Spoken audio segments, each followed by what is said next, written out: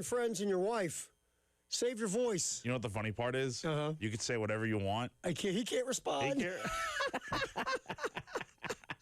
It's all fun. It's all All fun. just fun and games. Yes. Right, exactly. Yeah, but how you doing, man? Doing good, man. Did you enjoy your 2 weeks? Well, you had to work for Gamecock Central and stuff. Oh, yeah, basketball and whatnot. But no, definitely got a lot of enjoyment out of the time off and back in here now. And, this is the last time I'm going to say Happy New Year because I've not said You're not that guy? It's January 6th. Okay, January 30th. If you didn't see me till January 26th, would you say Happy New Year? No, I wouldn't say it. Yeah, see, once we get past like the first couple weeks. So Happy New Year to you. Happy New Year, man. But that will be it. That'll be it. No more Happy New Year's after this, We're done with this Happy New Year crap. I know. All right, so, obviously a lot of stuff's been going on the last 2 weeks. Transfer portal, South Carolina. Are you surprised, just when you research Gibson, the wide receiver, that they just got out of the portal who hadn't played in 2 years? And when you first see that and you go, okay, wow, the guy hadn't played in 2 years. Now, 2 years ago when he did play, he only caught 14 balls with almost 30 yards a catch and 5 touchdowns. So the guy was obviously doing explosive stuff in a small sample size, but hadn't played in 2 years. What went through your head? So, yeah, I think everyone was a little confused on, well, this guy hasn't played in 2 years. And when you look it up and whatnot, Brent Venables dismissed him from the team, but Jaden Gibson posted yesterday on his Twitter, I believe it was, that Oklahoma and him kind of came to an agreement that injuries were going on, and so they went their separate ways because of that. And maybe, honestly, he just needed a fresh start somewhere else after not playing for – think about it. The last time he played for Oklahoma, they were in the Big 12. Think about that for a minute. Just think about that for a second. Well, the thing about sometimes, again, you don't know because we weren't there. Okay, so young guy pops a little bit a couple years ago, right? Gibson pops. Again, 5 touchdown catches and 14 grabs is a hell of a ratio. And like you said, almost 30 yards per catch. So he gets hurt, right? And you know how this goes. Come on, man. Injury. There's a difference between being hurt and being injured, right? Yeah. And he's injured. Maybe he's not coming back as fast as the staff thinks he should, or maybe he's not rehabbing in the fashion that they think he should, whatever. And then all of a sudden, he's not playing again. You know how this goes with coaches. Mm-hmm. What the number one thing is availability, right? You stand there in street clothes, that's not the thing. So maybe there was some of that where the rehab or the injury bounce back wasn't progressing. And Venables an old school dude. So maybe that got to a point of where they're butting heads over his rehabbing, or he's not getting back quick enough. It's been a year, man. What are we doing? Yeah. So to your point, a fresh start, maybe that's what we're looking at here, is a guy that just needs a fresh start in a new place. And you would imagine he's fully healthy by now. 2 years, hopefully. I would hope so, right? I don't care what the injury is. I don't know what injuries take 2 years to recover from, but yeah, look, when you look at what he did in a small sample size at Oklahoma when he was healthy, pretty good. 23 was really the only year he actually was productive, because 22, he only had 1 catch. Yeah, he's freshman that year. But you look at, Tyler and I were talking about this yesterday, look at his height. He's 6'5". He's about 197 or whatever. Yeah, he's listed close to pretty 200 pounds, so he's not as big as the comparison here, Nick Harbor, but I think he gives you that little size that you need on the other side of the field, to where you can have 2 receivers that are really big and tall. And look, Nick's not going to be the only big guy covered up now. Like, teams aren't going to just be double teaming him. They're going to have to worry about Jaden Gibson when he's on the field. And hopefully he's productive enough to a point where it's like that frees up some of the pressure that's going to be put on Harbor, to where he can just go on one-on-one coverage and make some big plays. 6'5", 197. You and I got to pick him up and take him over to the Golden Corral. I think my man needs a few trips to the buffet. By the time August gets here, I feel like he's probably going to be 210. Yeah, he'll probably gain 20 pounds. 210, 215. He's going to have to. Yeah, absolutely. All right, Jack Velcher hanging out with us. We roll the extra point. Terry Ford, Tyler is sitting. Tyler's producing. He's just not talking. He's here. He's here with us. It's funny. He came in and said, how you doing? What's going on? I'm like, wow. Wow. And don't get me wrong. It had that kind of, I was like, you have your own toll-free number right now. Basically. He had that little vibe going to his voice. Either that or he had that sound of like, the guy in the mob that whispers and will kill you. It was like one of those two voices. So Tyler's here, Jack's here, Terry Ford just hanging in as Tyler can't talk. Hopefully he'll be able to talk tomorrow. We'll see. All right, so the visits. I'm just looking at the list of Carter Miller was, I guess, here over the weekend, the center from Central Florida. Paul Mabenga from LSU, a guard, really good pass protector, run blocker, but good pass protector. There's other visits going on as well. Give us a little update on what's going on in the visit situation. Yeah, so they're definitely leaning into the positions that, we heard Shane Beamer talk about this almost a month ago now, of the key positions that they're going to be targeting the portal. Look, they're going to look for help everywhere, right? But let's be honest with ourselves. 4-8 team. Yeah, 4-8 team, and you lost 7 scholarship offensive linemen. So the offensive line is going to be the primary position you're going to be recruiting. And there are a ton of guys that I've seen so far in these lists that South Carolina has coming in on visits. Of course, they have running backs coming in. They had the one from TCU. Yeah, Nate Palmer. Yeah, Nate Palmer went on his visit yesterday. So we'll see what happens with that. I know they had, DJ Chester on a visit you mentioned. Yeah, LSU was a backup center last year. I think he was a starter in previous year, maybe. You mentioned Mubanga. Mubanga, who was, really good pass protector. I was looking at the pass grades yesterday, the pass blocking on Pro Football Focus. His pass grades were thumbs up, man. They had interest in Brendan Black, who was at Iowa State, but he committed elsewhere. So, and Bryant Williams, kid from Louisiana, is supposed to be coming in as well, the offensive tackle. So, and I know there's some frustration right now that South Carolina's only got one commitment through, what is this, day 4 in the portal? A long way to go. It's just these things take time, right? Yeah, it's long way to go. It's not a race. Not a sprint. It's a marathon, right? Yeah, right. You have time here to basically the rest of the month to get everything in order. So, I would hope South Carolina's got a few more guys locked down by the end of the week. We'll see if that's the case, but definitely they are targeting the positions that are of need, most certainly. Yeah, it's weird, too, and you've heard coaches, not just South Carolina, but all over the country say, okay, portal opens. We're trying to get some background going into the portal on guys, because you've heard, everybody knows the guys are in, agents are talking, back channel, whatever. But it's really tough. You got to get a lot of info on guys and intel in a short period of time to find out if this guy's going to be good for your culture or a goof. You don't want goofs. You want guys who are good for your culture as well. So you got to learn about the player. You got to look at stats, film, whatever. Get a little background. Hire some private detectives, Jack. Get some dudes hiding in bushes. This thing, it takes a minute. It's essentially like speed dating. You ever speed dated? No, I have not.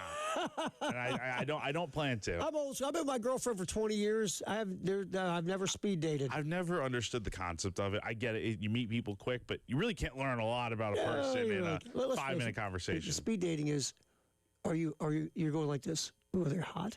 You start with that, right? Yeah. Or they're hot. Yeah. And then you go from there, right? But if you sit down and go, I don't need any more speed, not into them. And I think the thing with the reference with speed dating here for South Carolina is you can look at a guy's tape for a few minutes. You can meet these guys in person on a visit or an in-home or whatever. And so if it's an offensive line, it's like, oh, man, this guy's like really big. Like, we need him on our team. And you go from there. Like, it's tough to learn a lot about a guy in such a short amount of time. But, they have an entire department of people that are they'll know these people inside and out by the time the visit gets here. And let's face it, again, you hear on the back channels, guys are hitting the portal. Because remember, these seasons ended in late November. Yeah.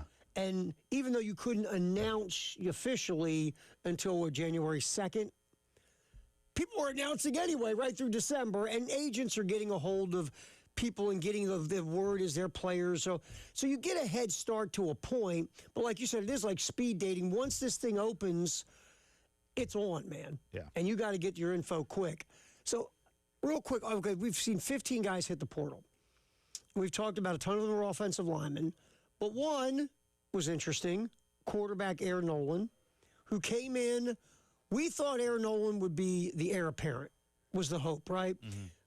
Four-star kid at Ohio State, cool name, comes in. You think this year he'd be the backup to Lenoris, and then Lenoris would have a fabulous 2025. Lenoris would go to the NFL draft. Aaron Nolan would be the next man up. This didn't work, Jack, because Cutter Woods got more run than Aaron Nolan, the freshman. And then now Aaron Nolan's in the portal because obviously Lenoris is coming back for another year. Yeah, Aaron Nolan was the fourth string on this team at quarterback. Think about that for a minute.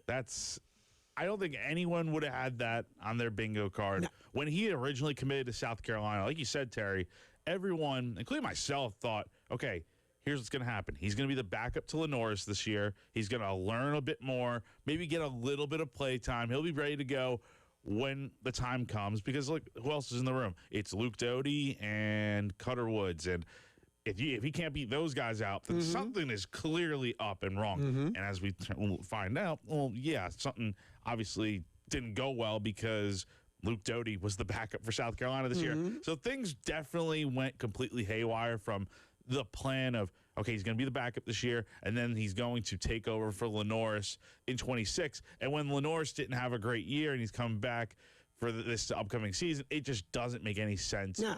And who knows where Air will end up. He hasn't committed anywhere that I know of at this time.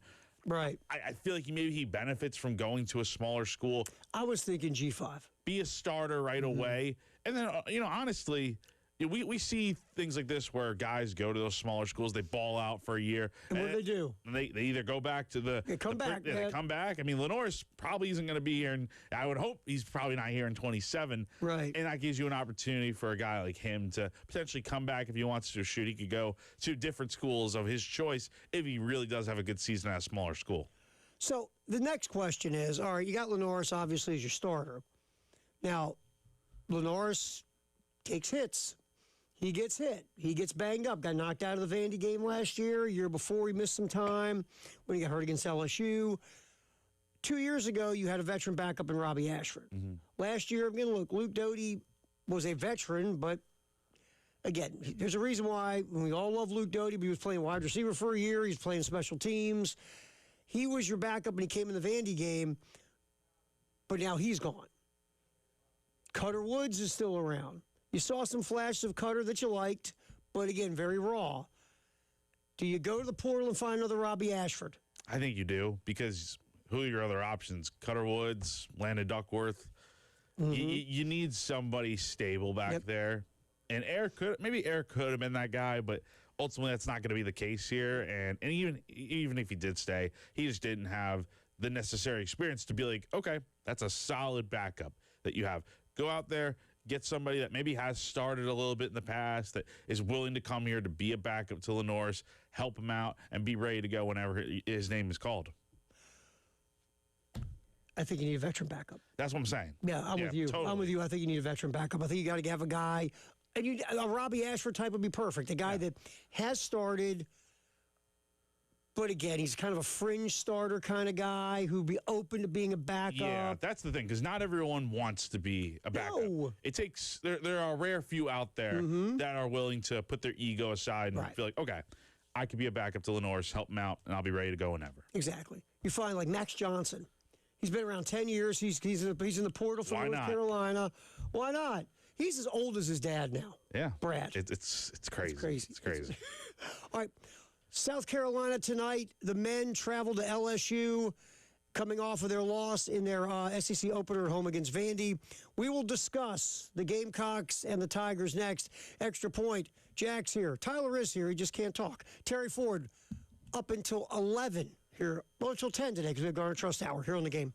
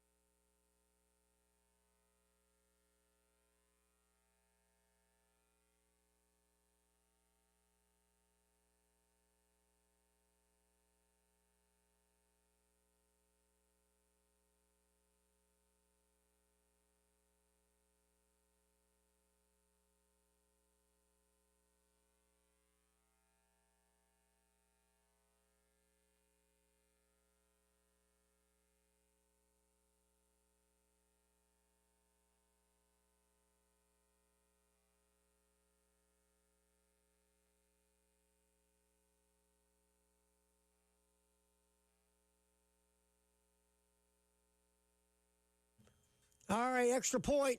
Terry Ford hanging in. Tyler's here, punching the buttons, just not talking to rest his voice because he destroyed it yesterday.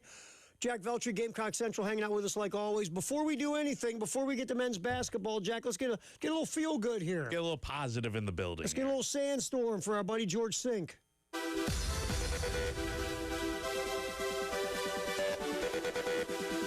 Time to get hyped. Here's your 9 a.m. Sandstorm, sponsored by George Sink Injury Lawyers. Just call all nines. There we go. Feel better now. I feel We got to talk about this basketball game. All right. Well, All right. let's be negative. Good feels are gone. That was look. The men will travel to Baton Rouge to face a 12-2 LSU team. Lost their SEC opener against a kind of. I mean, Texas A&M has a new head coach, and they're kind of refiguring things, in College Station.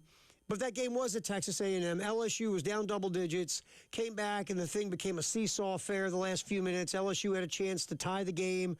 They missed a three, so they go 0-1 in league play, but a very competitive game.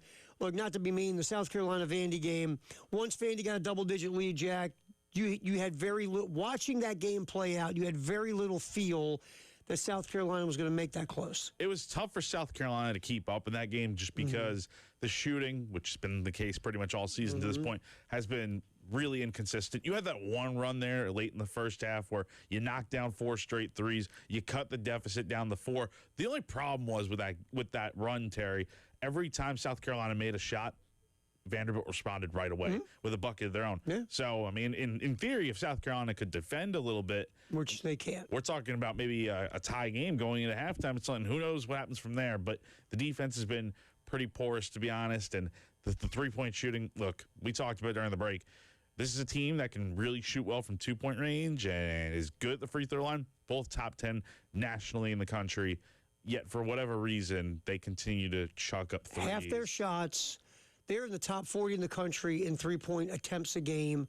Almost half their shots are taken from three, and they're one of the worst three-point shooting teams in percentage in the country.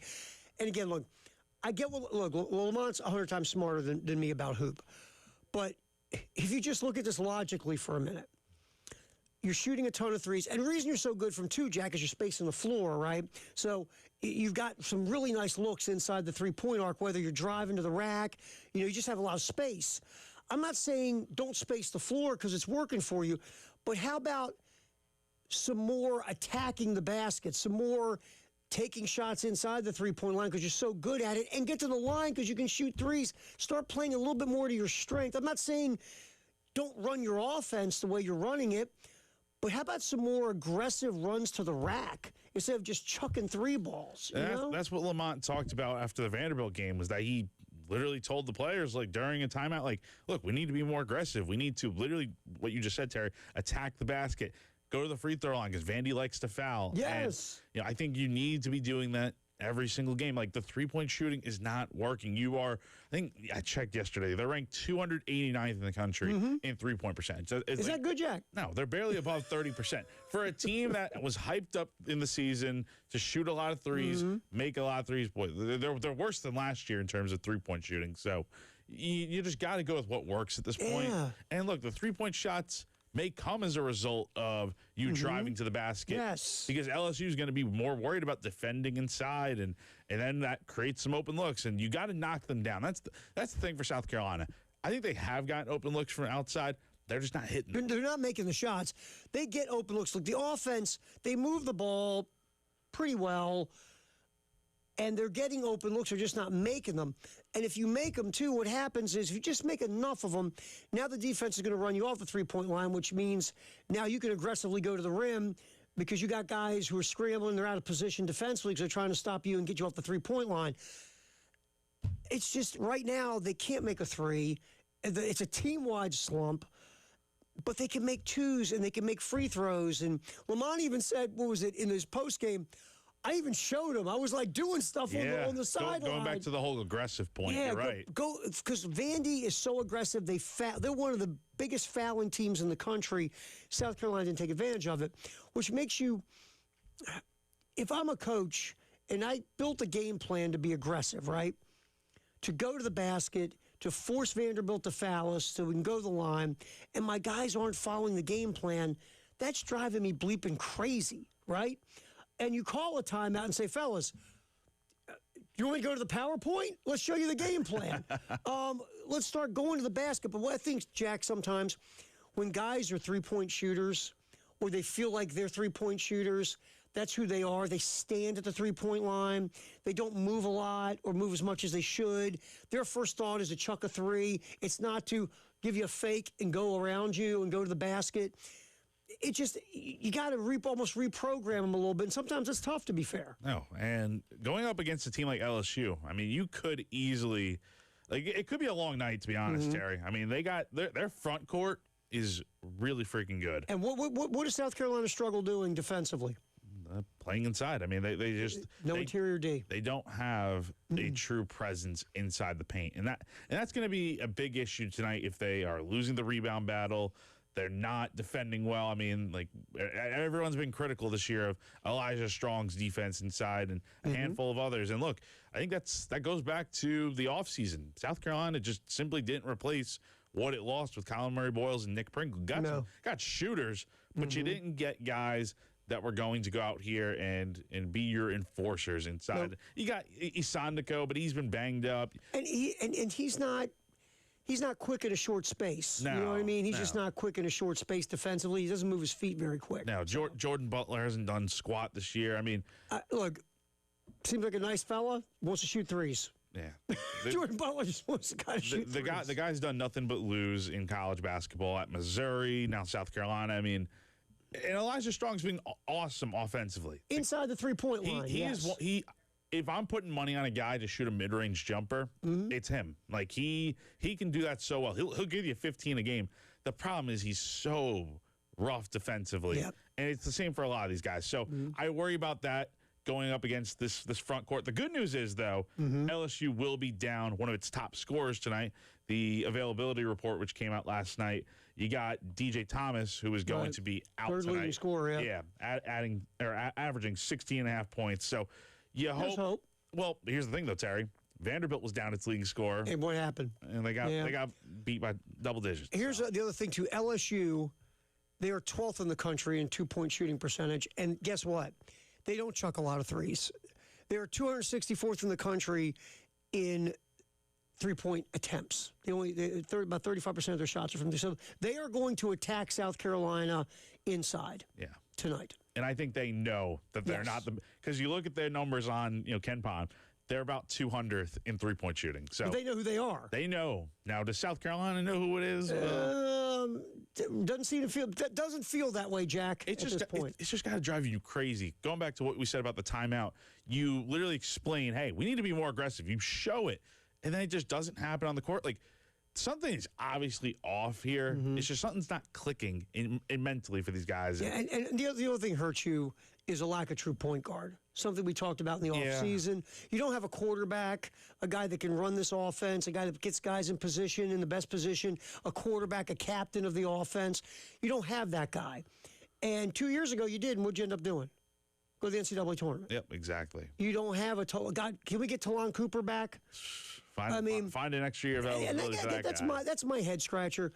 Is you saw 2 years ago what it was like to have a true point guard, a pass-first point guard. He could make shots when you needed him to, but his job was to run the offense.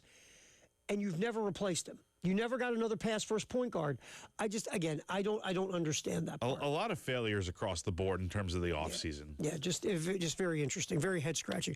LSU, 32 in the country in offensive efficiency. In Baton Rouge tonight, hopefully South Carolina can knock down some threes, can make some shots, and can keep themselves in position to make this a ball game at the end. We'll see. We hope. That's 6:30 tonight, pregame, 7 o'clock tip right here on 107.5 The Game in Columbia and our affiliate 100.3 The Game in Myrtle Beach. Extra point, Tyler, he's here. He's producing. He's punching buttons. He just can't talk. Terry Ford hanging in for Tyler. Chris Clark will jump in for the Garner Trust Hour with Jack coming up at 10 o'clock. We will come back. Black Monday. We'll get your thoughts. It's not over yet. It's definitely not over yet. Extra point on the game.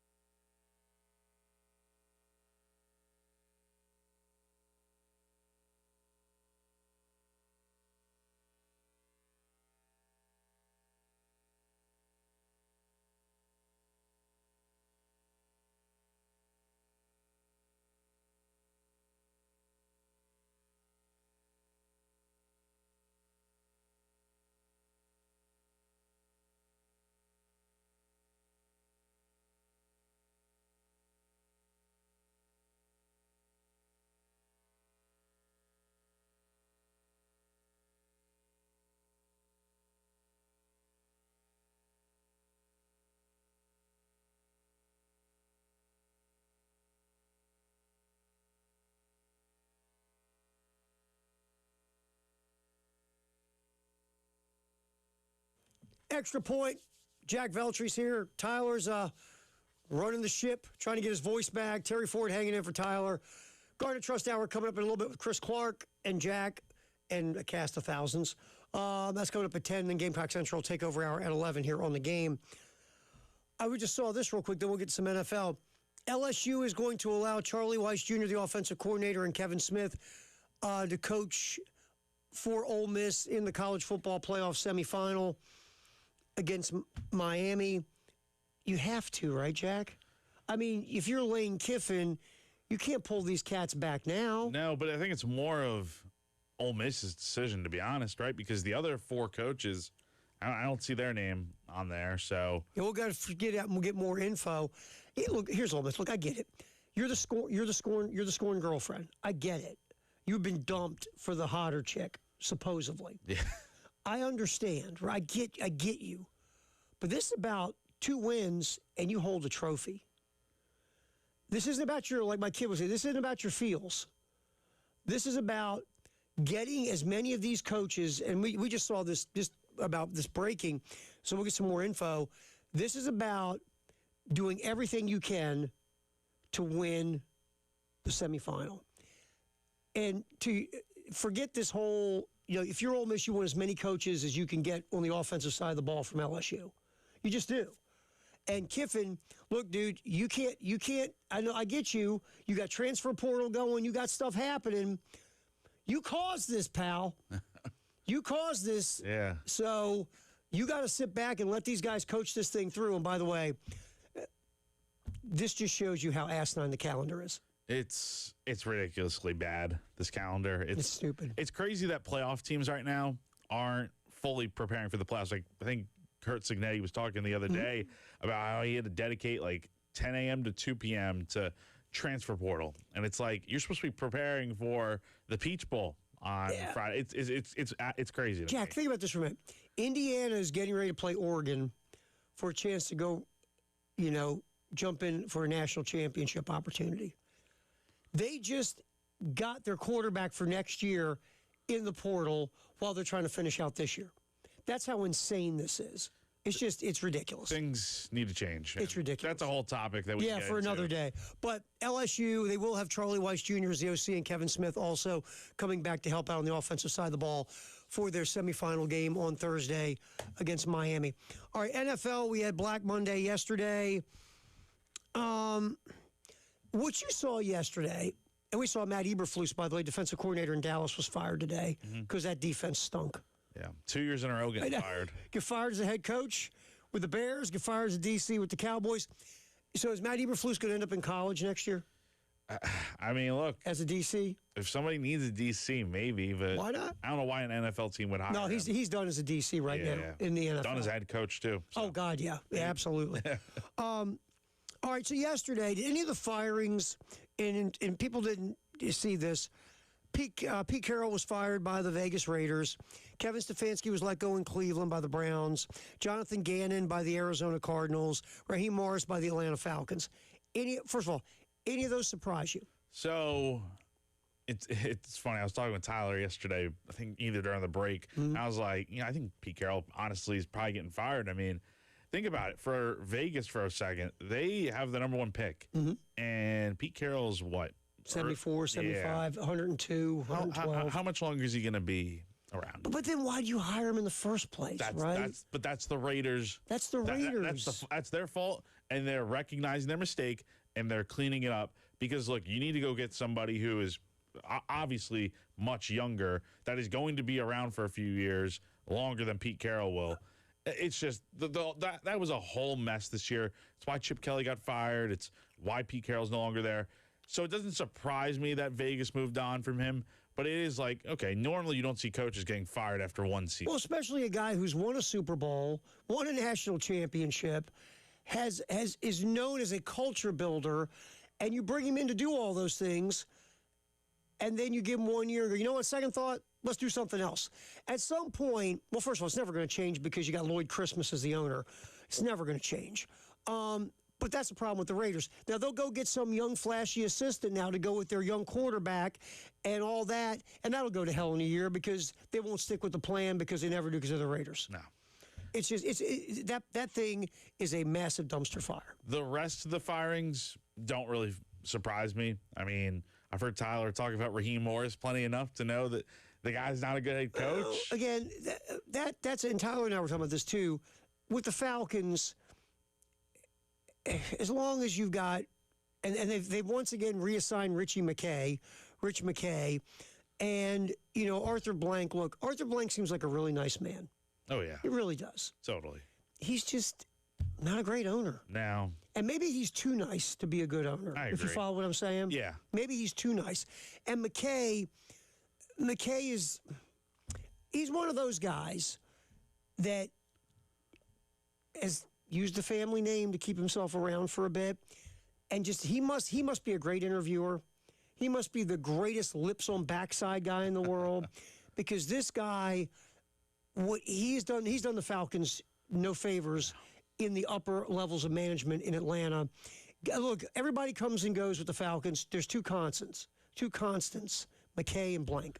there's too much talent on that team for them to be this bad. Yeah. I mean, they should have been winning the NFC South this year, considering how Division's bad. terrible. Yeah. And you So, go 8-9, and look, you shouldn't have hired Raheem Morris in the first place. No, that was That wasn't the right move, but that was a bunch of people in the front office in Atlanta not wanting Belichick. Not to say that was the right hire, but they knew Belichick would come in and run the show, and all these guys would lose their jobs or lose their influence or power. And so they were like, "No, we don't want that guy. How about Raheem Morris? Yeah. He's nice." And again, that's another guy comes off as seems like a pleasant dude. Probably interviews really well. It just didn't work out. Holds the door for everybody. Wonderful guy. Probably, come over your house when you're away from home and mow your lawn. I mean, but here's what it is. That wasn't the right hire, man. No, it wasn't. Can the Falcons get it right? I don't know. Look, Deshaun Watson got Kevin Stefanski fired. That trade with the draft capital Cleveland gave up and the albatross of what they have done to their cap. Do you know what Deshaun Watson's cap hit is next year? $80 bleeping million. Deshaun Watson takes 25% of the Browns' cap next year. It's How you build a team, Jack? that's one of the worst. But also that's puzzling because why are they keeping Andrew Berry, their GM? Yeah. I don't understand. Well, again, that's another one. As long as Truck Stop Jimmy's the owner, Yeah. nothing changes in Cleveland. And then you got Jonathan Gannon with God love Arizona. Bidwells are terrible owners. It seems like he took the whole firing, well. But let's be honest, the Cardinals were bad this year. And that's another thing to think about this for a minute. Okay. Again, you kept a GM there that brought in Gannon. Yeah. He's going to get another chance to see if he can get it right. But here's the thing, too. They had a ton of injuries. I mean, they had a boatload of injuries. Ton. But here's the other part, too. You got it wrong with Kyler Murray. Yeah. And you doubled down by giving Kyler Murray the big contract. And remember in the contract they put in there he had to study film more or whatever it was? Less time gaming. Yeah, less time playing video games and more time studying film. When you get the quarterback wrong like that, and you double down with the money, they owe him $36 million guaranteed for next year. When you screw that up, it just kills you. Cleveland's an example. Arizona's the example. Head coaches get fired when you screw up the quarterback, and plus when you have bad owners. Yeah. You surprised John Harbaugh, still the head coach of the Ravens at this time? We'll see how that's going to play out this week. My guess, I would not be surprised if we saw this because Harbaugh's been there 18 years. The Ravens and John Harbaugh agreed to part company because the Ravens, out of respect for his time, will not fire him. Look, we've got a minute in this segment. We don't have enough time to go into that mess. But all I know is this. They have become a team in big moments and in big games, choke. That's just who they are. Mm-hmm. I mean, whether it's a kicker missing a kick who hasn't missed a kick inside of 50 all year, your sure-handed tight end dropping a two-point conversion in the end zone that he would catch 99 times out of 100, bad interceptions and bad fumbles at the worst possible times. The Ravens have become a team, when the going gets tough and the game gets tight, they soil themselves. That's got to change. It's got to get fixed. Front office, coaching, players, they got to figure it out because they gauge themselves by competing for championships. You know what they haven't done in over 10 years? Compete for a championship. Something's got to change, brother. Has to. Just saying. All right, we'll come back, wrap up this hour with our buddy Jack. We will talk about a little bit more NFL and circle back to the Gamecocks and transfer portal stuff. It is the Extra Point on the Game.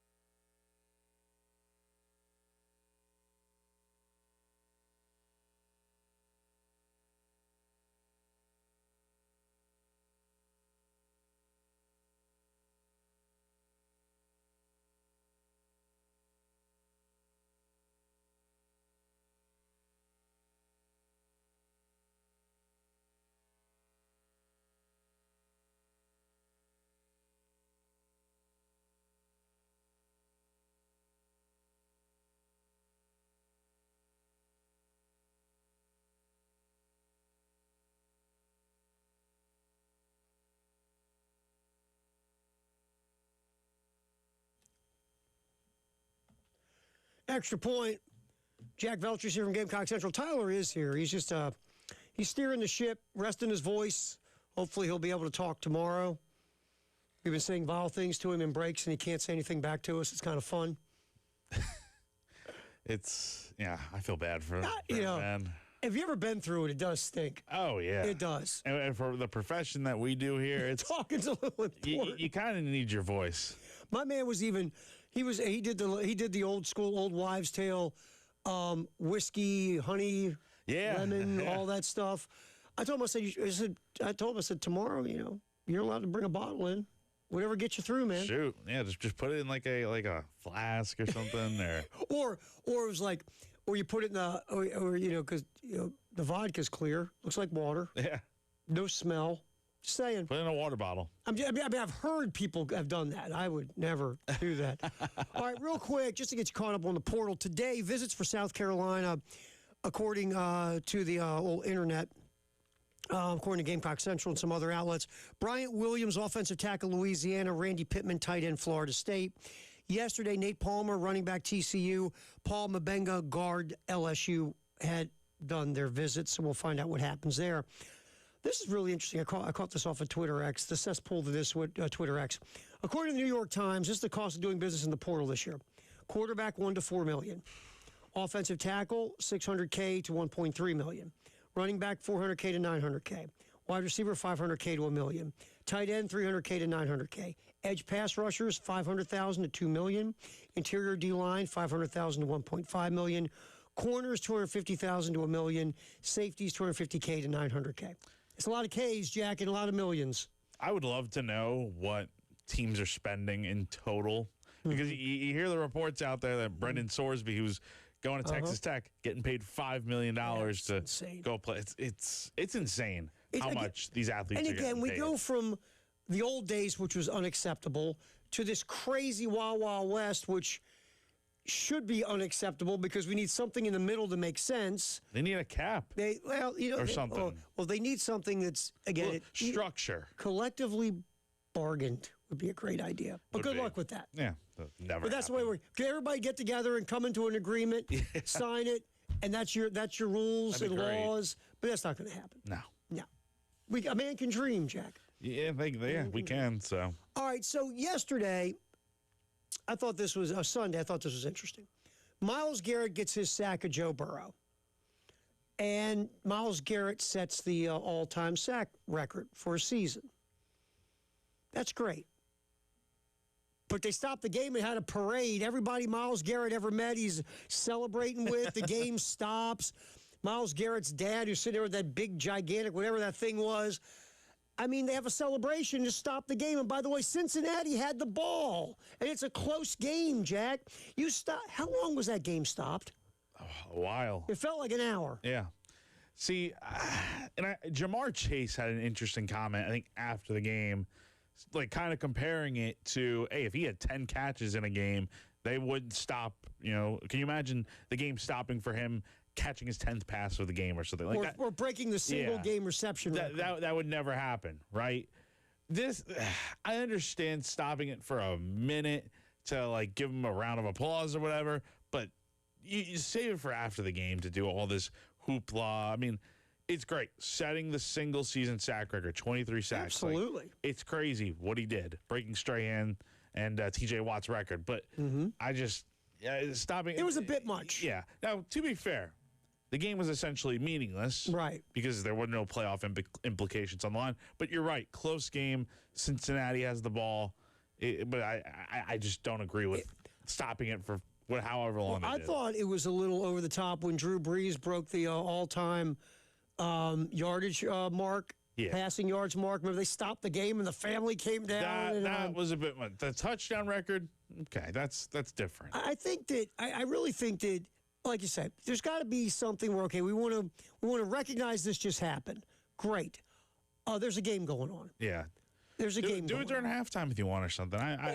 Give him his moment, but let's not go. That was insane on Sunday. I'm sorry. I don't know. That was a bit. That was a little over the top. Yeah. All right, by the way, you surprised Zach Taylor's coming back? Speaking of Bengals.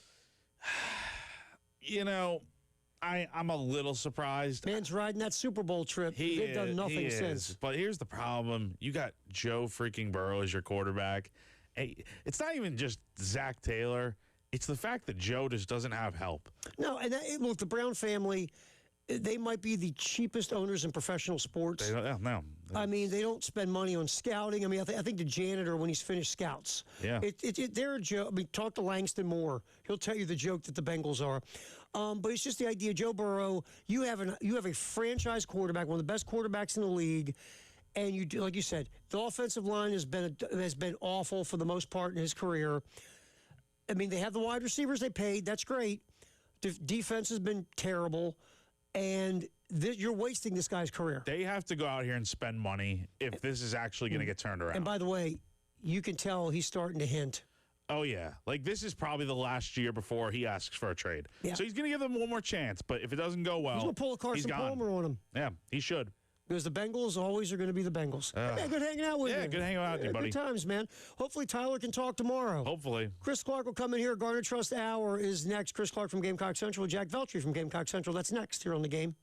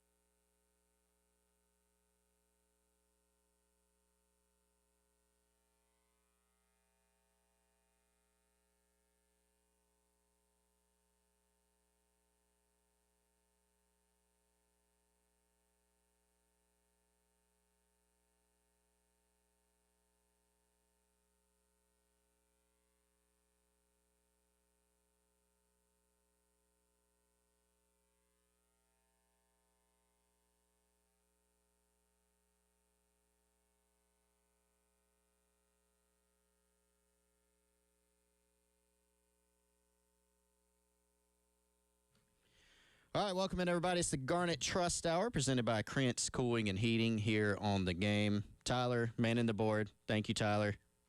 We'll have you back soon, or your voice back soon. So, hope you're doing okay. Chris Clark, Jack Veltri, special guest today for the Garnet Trust Hour. Very fitting. We have Mark Benoit from the Garnet Trust. How you doing, Mark? Doing well. How about you? Good. You're still the record holder for most appearances. I don't know. I think Jeremy's come in a couple of times. Nah, in, you're still. No, trust me, you're the record holder. You have been here many, many times, so we appreciate your time. I texted you, not even last night, this morning. Well, happy to do it. I knew you were up, and you got a lot going on. Not a lot of sleep, I'm sure. Are you sleeping any? A little bit. A little bit. Late nights, early mornings, just trying to stay after it. So we have a lot to dive into. We've got, obviously, transfer portal's open. We have some new-ish guidance, I guess we could say, in quotations, from the College Sports Commission that I want to dive into. We've got a lot of, portal activity going on just across the country, of course, here in South Carolina and across the country. College football playoffs still going on. So a lot going on. So let's start here. Give us the overview of just kind of what the days are like right now, because obviously you guys are, assisting and involved with navigating what's going on in the transfer portal, which opened. We're on day 5 now. Day 5 of 14. Last Friday. What's the day look like? It normally, the biggest thing is obviously we're taking the direction of the football team and the football staff and the aspect of who they want, who they've identified. They get them on campus. They continue to try to evaluate those guys while they're on campus. And then, hopefully we come up with some kind of dollar figure that we associate with that player. And then it's a combination of Jeremy, Darren, some of the other staff working with the agent to finalize that number. And there I am in the background just trying to crunch these numbers to make sure it all fits within the budget and how that process looks. Obviously, you've got the revenue share portion of it. You got an NIL portion of it, of what you think you can get from a marketing kind of NIL standpoint, and then you've got the revenue share bucket. So the school was kind of helping on the revenue share aspect because that's their money to dole out. Garnet Trust is coming in and trying to say, okay, we can get marketing deals in X capacity for these guys. And we kind of go from there. So, quick question about all that you just mentioned there with the day-to-day of it. I'm interested with the negotiation part of it because, I think South Carolina fans are probably, a bit, losing patience a little bit that they've only got one guy committed so far when, there's a ton of guys on visits right now. But how much, in your opinion, is it what is it that is kind of the slowing down part of it? Because they're getting guys on visits, but it's not necessarily easy to get guys to commit. Is it the negotiation part of it that kind of is the holdup with getting some of these guys to put pen to paper here? I don't think it's a negotiation holdup necessarily per se. I think we're pretty good on that side of things. I think the hard part is, and I hope that we really dive into this at another point in time, or today maybe even as just the calendar aspect of this, right? Mm-hmm. But, you've got guys that can only take visits during these 14 days. You've got some that want to take a visit, once and they know where they want to go. They love it. They fall in love with it. They're ready to sign. You've got others that, okay, they're setting up 4 or 5 visits. You're number 2. You're number 3. You might be number 1. And so it's kind of a combination of a lot of different things. We had a couple of guys that were interested in coming to South Carolina, or I think the staff was interested in bringing to campus, that they went on a visit somewhere else and they got a deal done while they were there. You are seeing that a little bit more. I think in Chris and Wes's old recruiting days, you wanted to be the last guy, right? Mm-hmm. You wanted to kind of Steve Spurrier, Shane Beamer, whoever it may be, to have the last visit. I remember anxiously scrolling Gamecock Central back in the Marcus Lattimore, Stephon Gilmore, Alshon Jeffrey days. And correct me if I'm wrong, Chris, we were last in most of those. That was a big thing, that we wanted to have that last in-home visit, right, or the last official visit. And so now it's a totally changed posture, and you might want to be number 1, because if you can put an offer on the table that is good enough for them from a financial standpoint, and they love the place, they love the coach, most of them are saying, you know what? To heck with this process, I'm ready to commit today. And I think there have been a couple of guys like that. You've also probably got a little bit of a infused cash situation in specific schools. Obviously, you got your Texas Techs, your kind of these schools that have been known for the last couple of years to spend a lot of money. But I think specifically, two schools that we've seen playing heavier in the market this year than they have in others is Wisconsin and Florida State. What's the common denominator between those two schools? And I'm not saying that we're losing commits to those guys or vice versa. I'm just saying from a general perspective is that they both had coaches that were probably on the hot seat this year. And instead of paying that buyout, they are putting a extra emphasis on trying, really and truly, everybody's got the same revenue share number, or give or take the same revenue share number. They're putting an extra emphasis on getting NIL deals for their players so that whenever they come to Wisconsin or Florida State, I mean, both those buyout numbers for Fickle and for Norvell were probably north of $25 million. I don't know the numbers off the top of my head. But you're talking about, okay, well, if we can add an extra $15 million instead of paying a $25 million buyout into a roster, and maybe it gives them a chance to win next year, then it changes the entire perspective. Yeah, because they're going to be in the, if they make a coaching change, they're paying the buyout, and then a new coach is going to come in and demand. That's what Kentucky's doing literally right now, or right? I mean, right. Yeah, you got to spend a bunch of money. Right. I mean, how can you get a coach to come to you if you're not going to say we're going to commit to we're going to commit to a larger pool of NIL money that's available, right? I mean, that is the number one way to recruit coaches right now. I mean, Lane Kiffin just went through this and said it's less about how much they're going to pay me and more about how much they're going to pay the players. Yeah. Yeah, it used to be, with coaches, it was, okay, and it still is like there's still levels to these jobs. If you can get the LSU job's a great example. I mean, Nick Saban evidently, who's been at Bama and done quite well there, seemed to tell him from what Lane insinuated that was the best job in football. So the LSU job is better than the, the Mississippi State job, et cetera. Absolutely. But it does matter now how much money you have. Coaches, they're going to want to see what our facilities look like. What's my coach's salary pool? Like, all those things are important. But nowadays, to attract a coach, I'm sure Will Stein at Kentucky was asking, all right, guys, what do we have revenue share, or are we going above that? Well, and the Kentucky one's interesting because there's obviously, from every single indication and report, there's an overemphasis on basketball at Kentucky. I mean, that is no surprise for any of us. But so it is very interesting to see them play so heavily right now in football, knowing probably kind of how much of their rev share dollars higher than other schools in the conference are tied up in men's basketball. So you mentioned Wisconsin, Florida State, Kentucky as schools that are obviously putting in a significant amount of extra money into their programs instead of settling for the buyouts. Obviously South Carolina didn't have a good season here. Would you say, based on what you know, is there more of a commitment from South Carolina this year, given the way the season didn't go well compared to, let's say, last year?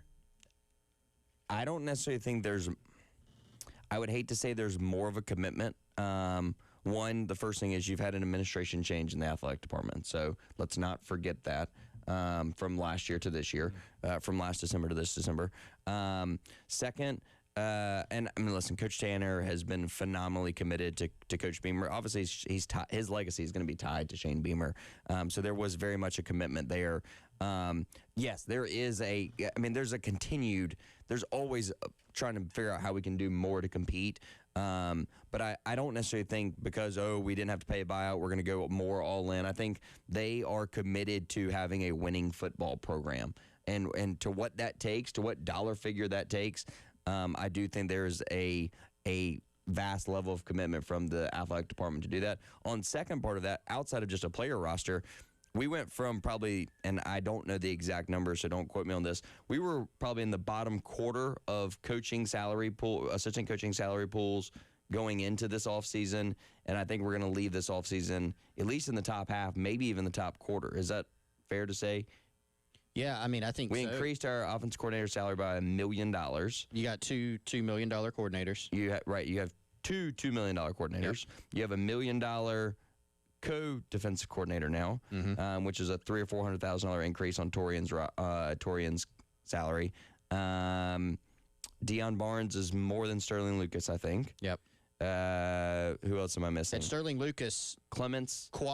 Sterling Lucas quadrupled his salary from the time he got hired to the time he left. Clements is getting paid more than Lonnie Teasley. Stan Drayton. Stan Drayton is getting paid more than Markel Blackwell. So there is an absolute, just on the face of that aspect, not even talking about recruiting budgets, NIL budgets, what you name it, there is a vast, there is a serious commitment to football and to winning with Shane Beamer. And what kind of difference do you, hope, but also expect that to make in terms of, because you can imagine, right? You pay more for coaches, you're probably going to get better top-end coaches as a result. Like, what kind of difference do you expect that to make? It makes a huge difference. But, listen, I don't think for us to go 4-8, there could have been a better December, right? You kept your entire signing class together. You added, you feel like you at least on paper upgraded your coaching staff. And I will be the first to tell you that paying more money for coaches does not equate to better coaches. I think Clemson's example That's a with good Garrett point. Riley is a prime example of that. He was the hottest name in college football when they hired him. I think everybody would have said, wow, Clemson's staff looks superior. Matt Luke, former SEC head coach, Garrett Riley, hottest name in the country. Go down the list. And they were 7-5 this year. This is the worst Clemson team we've had in over a decade. So that is one caveat to this. But listen, I think Kendall Briles is a phenomenal offense coordinator. He's shown extreme ability to elevate an offense quickly, which is not going to be hard to beat the standard that was this past year, but I think he can do a really good job of it. Stan Drayton is obviously very good. Deion Barnes is very good. Randy Clements is very good. So I think there's a lot of really positive things there. And it helps you get in the door a little bit more, right? A couple of these guys, listen, it is no secret that Deion Barnes coached some really good edge players at Penn State, right? It's not a secret that Stan Drayton has recruited some of the best running backs in college football history. It is not a secret that Kendall Briles is a part of a system, whether it be with his dad, whether it be with Lane Kiffin, go down the list, is a part of a tree that has been extremely successful in offense, right? So, there's a lot of things that are helpful with bringing those guys in. But listen, our job in this moment, in these next 9 days, I guess it is, in the transfer portal, our job is to provide these coaches with the talent they need to be successful. And so we are working hand in hand with the player personnel department, with the coaching staff, to make sure they have every resource they need from Garnet Trust. They have every resource they need from just this entire third-party outside perspective that can help them get good players. A lot more NIL, revenue sharing, roster talk with Mark Benoit from Garnet Trust. When we come back from Garnet Trust Hour, take a quick break. We'll be right back.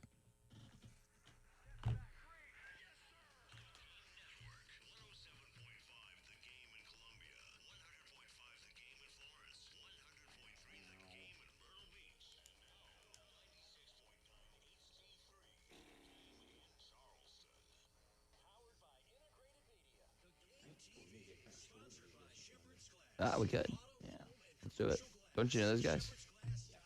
They do my heating and air, so. Yeah.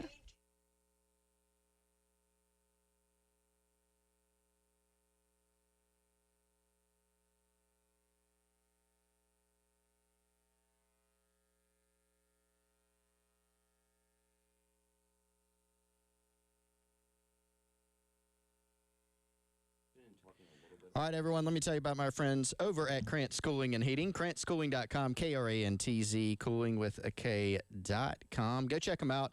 Check out their Google reviews. They got a bunch of them, 5 stars. They've been to my home. They've been to Wes Mitchell's home. They do an outstanding job, whether it's maintenance, installation, repairs, anything you need for your heating and air. They can do it at your home or at your business.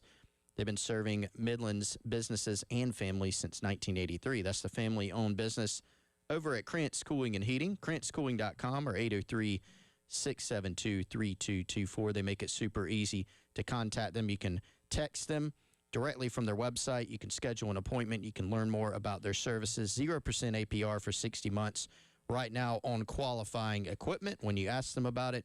Again, maintenance, installation, repair, all your HVAC needs from a local, reliable, family-owned company, KrantzCooling.com. Check them out today.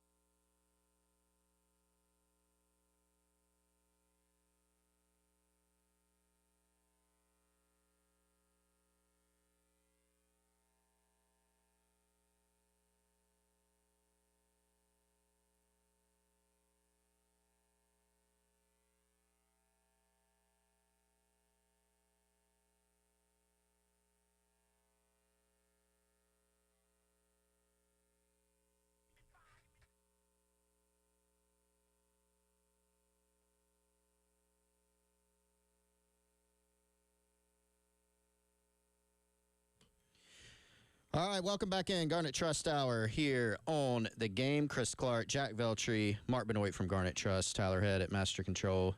Rolling along with you for the next 41 minutes or so. We'll be here picking Mark's brain about all things NIL, revenue share, college football. We got a lot to get into. Mark, I know we're going to talk about college football playoff, ratings, the calendar. I know you have some thoughts on that, but I had some leftovers from our first segment. Yeah, let's keep it going. So we were talking about the financials and all this, right? And so I wanted to make sure that a couple of my thoughts here, and you can feel free to disagree with them, but just to validate them or disprove them. To me, it seems like a few things here. I'm thinking back to after the 2023 season in Columbia, Carolina goes 5-7, and they had multiple guys on that roster that had opportunities to go other places, and in some case, Juice Wells, that happened, but they were able to keep the bulk of their roster in place. Tonka Hemingway, TJ Sanders, OD Fortune, Boogie Huntley, et cetera, and then have a really good portal class. One thing that I've noticed, though, in just following that recruiting cycle, and now the following year, and now this year, to me, it seems like the numbers that it requires to acquire players have, for the same caliber player, doubled, tripled. You think that's right? Probably tripled. That's crazy. I mean, listen, I have always been a proponent of more money, better players, better rosters. It feels like it's getting to a point a little bit where it's like, all right, it can't keep doubling every year. Is that, let me use the buzzword, unsustainable?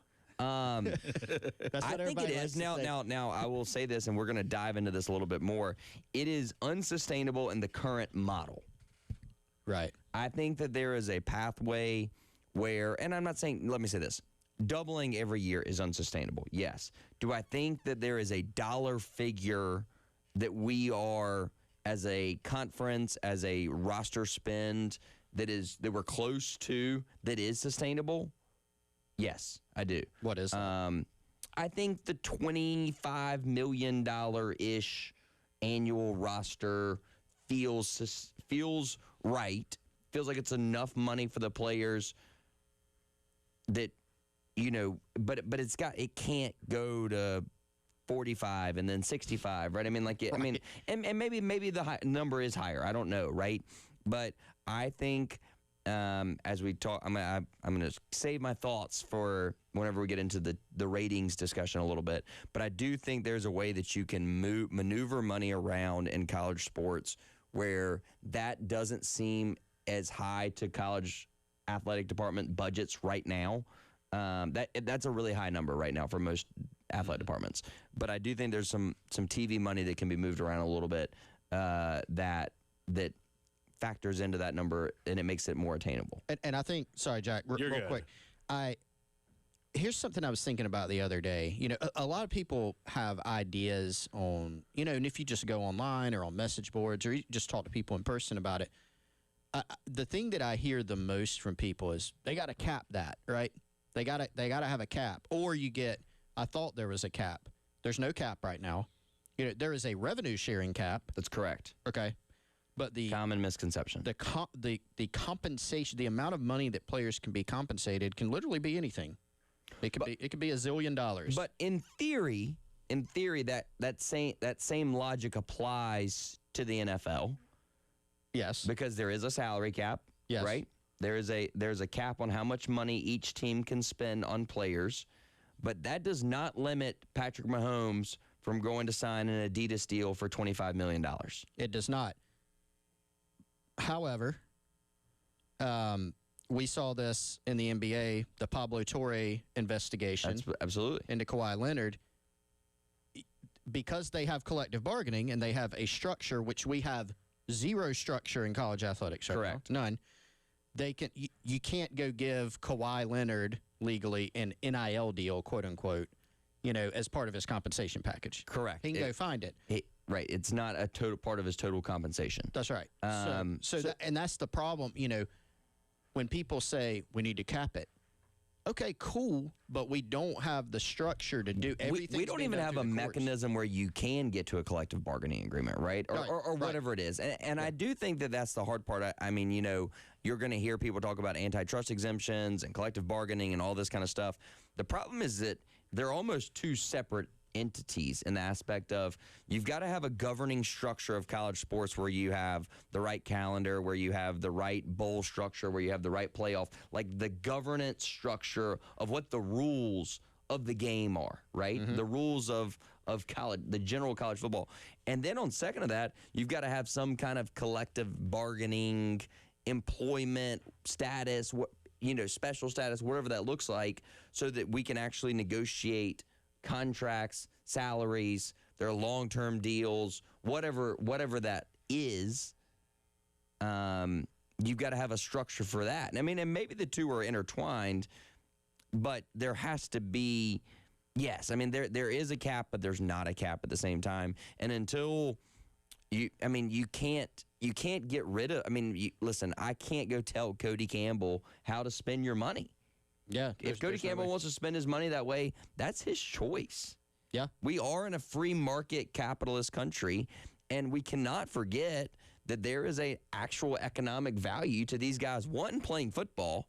Two, I mean, all right, let's talk about the economic impact real quick.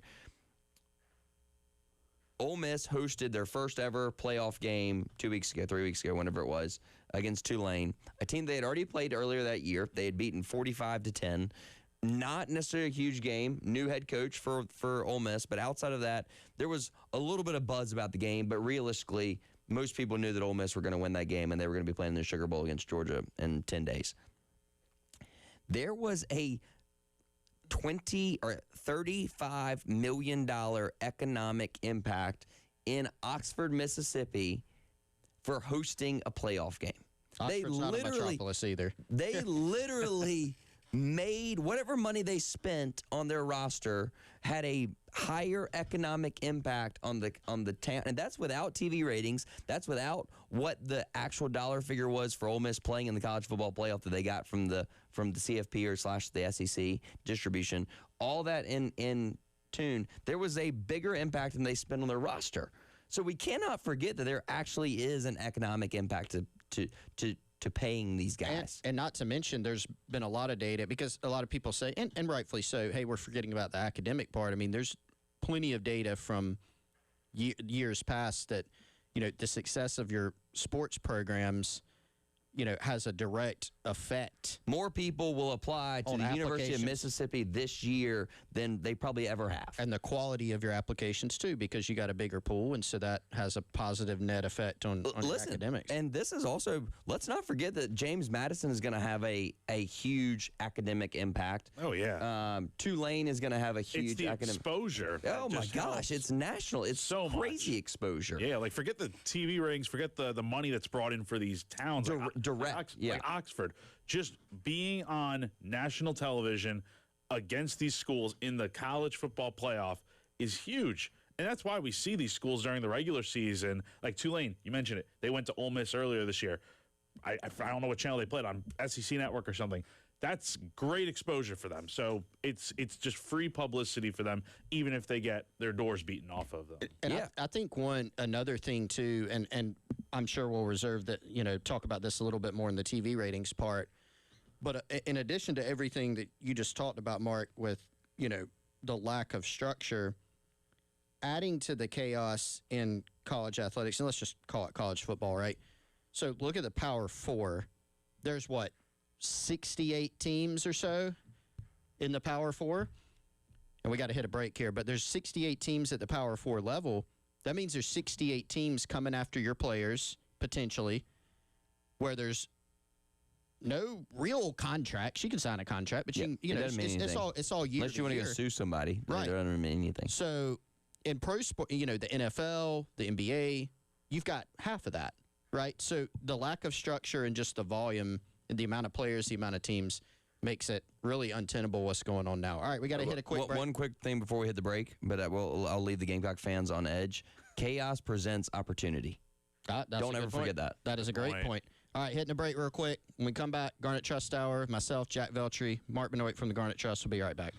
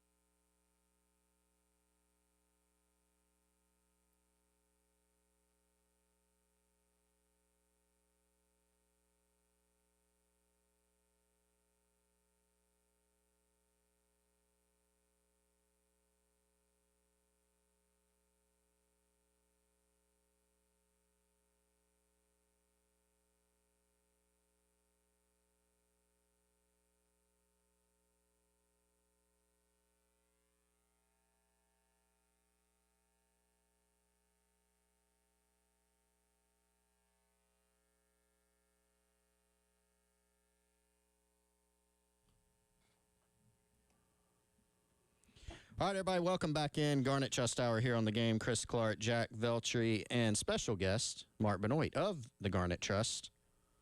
Good to have you here, Mark. Thanks for your time again. Let's dive right back into it. So we had a few agenda items, but before we hit the break, you said, hopefully I don't botch this, chaos breeds opportunity. Absolutely. What'd you mean by that? I mean, it just allows you. I mean, I know that from a fan perspective, they don't like chaos. But I worked in politics before I did this, right? Yeah. And there was a saying to, let me make sure I don't botch this, but to never let a good disaster go to waste.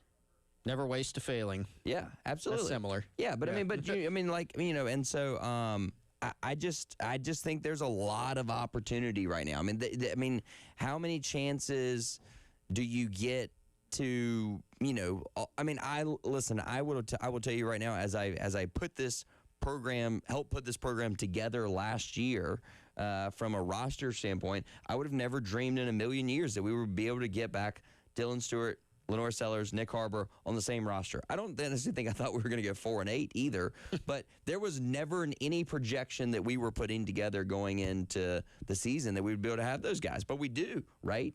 And you have those guys under a probably an offensive scheme that fits Nick and Lenore a little bit better. And so there are a lot of things. I mean, there are 3,000 guys in the portal. You got to bet on yourself and your ability to evaluate. You got to bet on yourself and the ability to come land a guy. There's a ton of money in the market. But say you might look back at your roster. If you're you're 8-4 this year, and you look back and say, man, we were missing this, this, and this, and you bring those guys back, and then you add a couple more pieces, and then all of a sudden you're looking at an 11 win team. There's just so much opportunity every single year. Indiana is very much taking advantage of these opportunities. Ole Miss is taking advantage of the opportunities. Oregon's taking advantage of the opportunities. I think that there are. Listen, and it's time. I mean, the Gamecocks took advantage of these opportunities last year, right? I mean, you can't. Spencer Rattler would have never been a South Carolina Gamecock had the transfer portal and an NIL not existed, right? So you go down the list, and I think there's a ton of opportunity for us, and I want to continue to build on it. Real quick, you mentioned the quote unquote big three right there with Right. Sellers, Harbor, and Stewart. What was the process from your perspective of getting those guys to come back for another year? Was it difficult? Was it pretty easy? Did you have any worry that those guys, especially when Sterling Lucas left for LSU, I know every Gamecock fan was probably like, oh my God, he's going to go with them to LSU. I think I even thought it too, but I mean, this is the thing. Guys, it made it easy because the guys wanted to be here, right? That for Lenoris and Nick, there was never a worry that they were going to go to another school, right? It was either, okay, do they want to come back and refine their skills before they go to the NFL?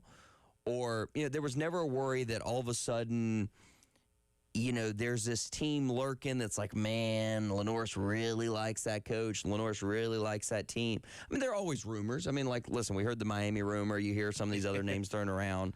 Obviously, you worry that Kiffin is going to come in and probably try to take any player on your roster because that seems to be his MO. But there was those guys love being at South Carolina. And ultimately, whenever Dylan came around, it was, okay, do I love Sterling Lucas more or do I love South Carolina more? And he loved South Carolina more. He didn't want to leave. His mom didn't want him to leave. His whole pitch on him coming here was we were the closest SEC school to Washington, D.C. Well, guess what? Just because Sterling Lucas left doesn't change the fact that South Carolina is still the closest school, SEC school to Washington, D.C. And so I think that that made it easier for those guys, right? I mean, they wanted to be at South Carolina. And he's got Deion Barnes with him now. So Listen, he's got good coaches. I think Lenoris is fired up about Kendall Briles.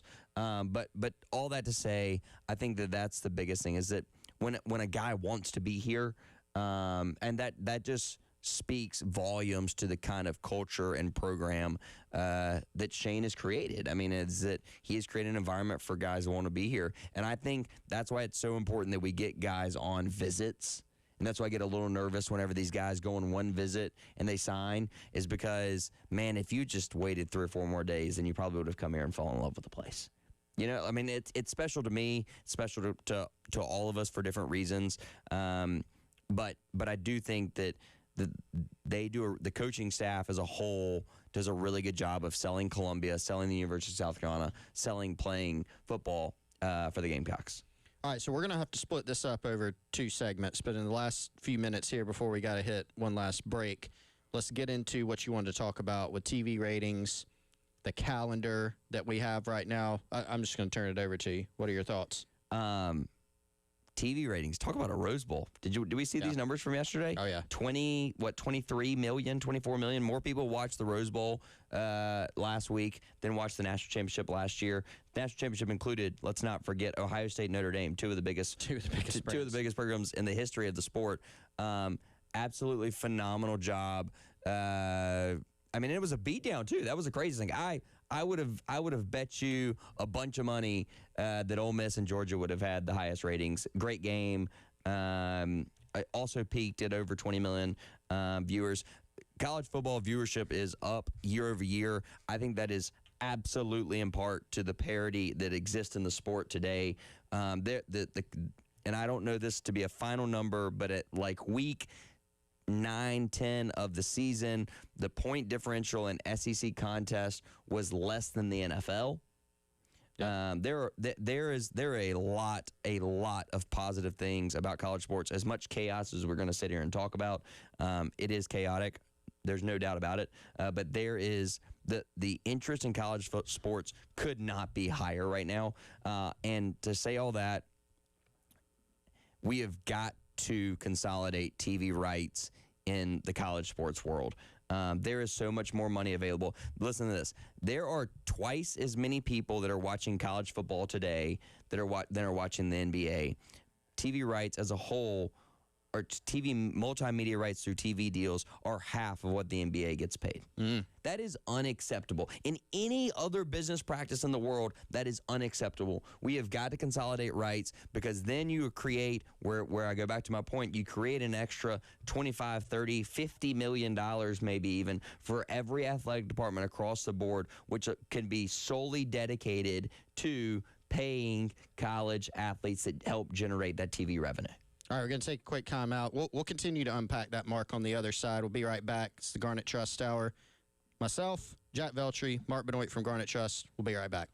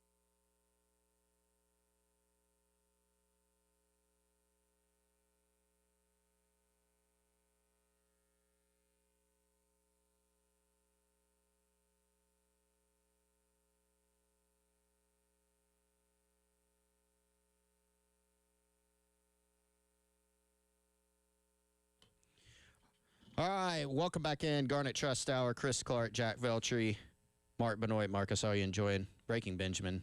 I think it's one of Tyler's picks. Always a good Little intro song. Good little intro little song. bumper music. I'm upset because they came to Greenville, I think it was, and I missed it. I had something going on. Anyway, I won't talk about my music taste as we're talking about college football, TV ratings, NIL, portal, recruiting calendar, all that stuff. All right, so here's a question for you, Mark.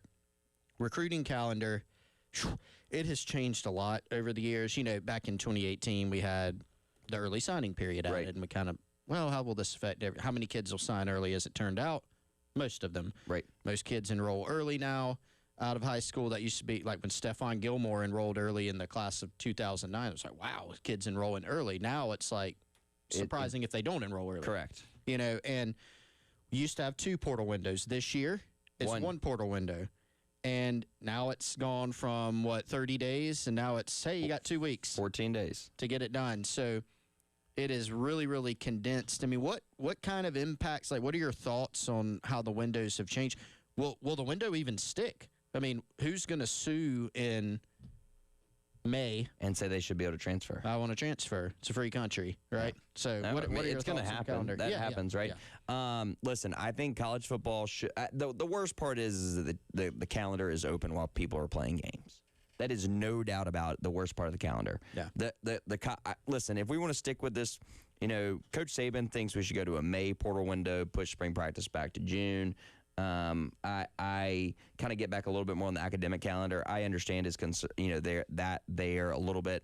I think in a perfect world, I fundamentally believe college football needs to end on New Year's Day or the Saturday around New Year's Day. Like for this year, I would have been totally fine with Saturday, January the 3rd, 2nd, whatever. January the 3rd would have been the final. It would have been the college football national championship. Now that changes your playoff calendar a little bit. Changes your start calendar, 1 bye week, which we're only going to have 1 bye week this year. Your conference championships are a big portion of this, whatever it may be in that model. But that's when, I mean, clearly we go back to viewership. That's when viewership is at its peak. I mean, I think from a traditional mindset, people think college football should run from Labor Day to New Year's Day. So New Year's Day, Saturday, something like that. We've got to regain control of Saturdays in December being for college football and not for the NFL. You know, this kind of goes back to the TV ratings. I was going to ask in the last segment, do you think we get to a point where college football is, I don't know if scared's the right word, but NFL has always had Saturdays in December, typically the last 3-4 weeks of the season in the regular season. That is, do you think we get to a point where college football is just like, you know what, we're going to put these games on Saturday, whether the NFL likes it or not, and we're going to put it at the time slots we want?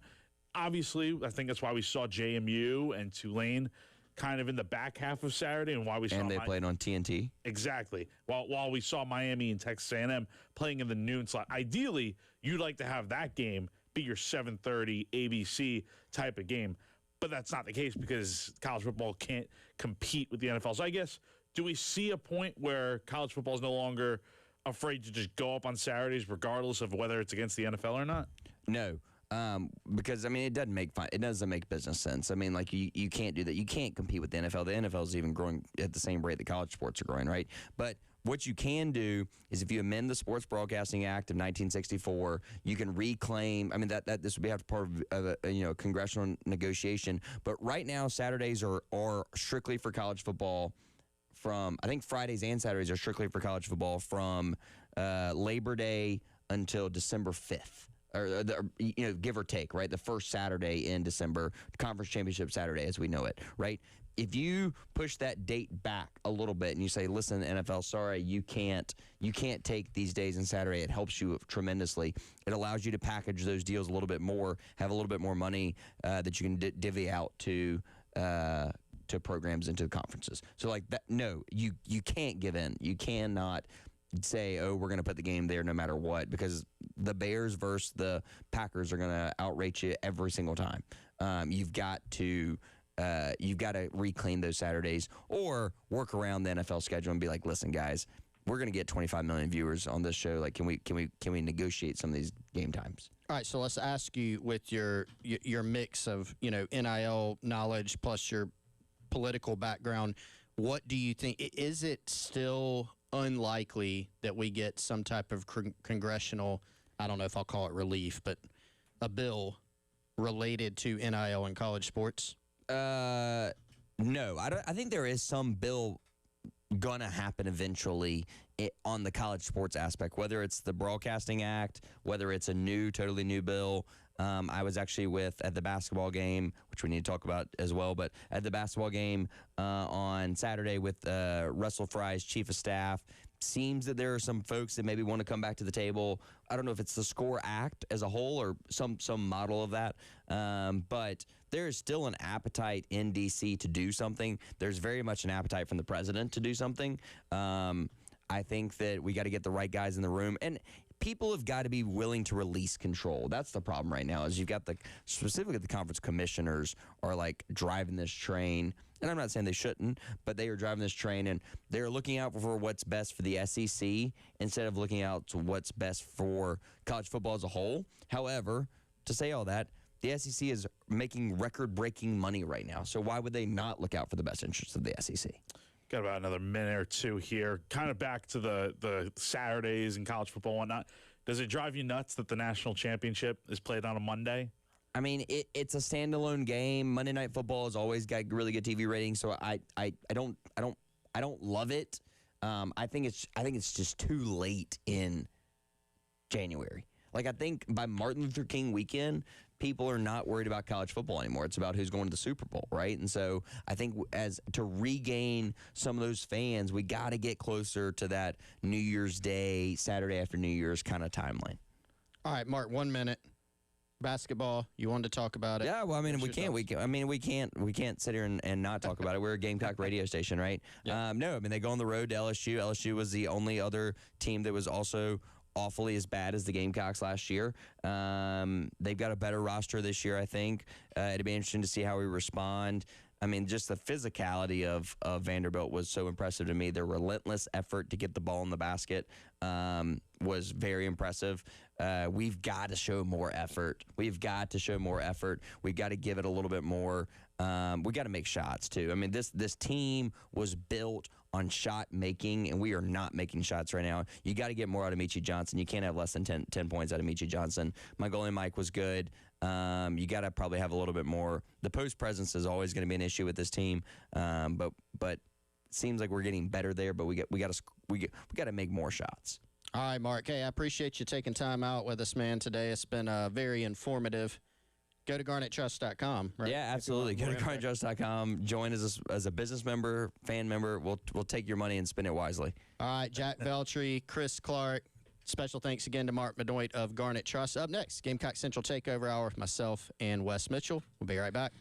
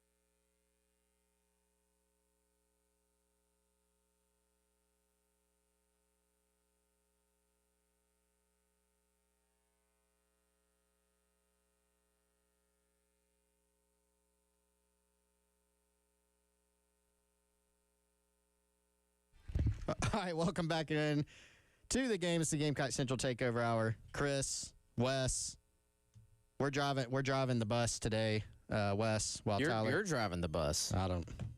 That's a bad sign. Probably a bad sign.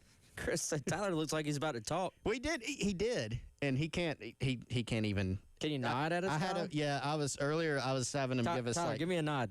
thumbs up, Okay, thumbs all right. down All right, yeah. for affirmative or He's negative. like, guys, if you don't start talking with this bumper going, I'm gonna have to hop in. Well, and he talk. had like the posture that he assumes before the show. Like he even pulled the mic close. I was like, all right, he's about to say something. I thought maybe you're making a triumphant comeback. might just be The last hour he that's was called like, muscle memory. I've When he got heard to- the yeah. open, he's like, have to talk. here I am. I've got to step in.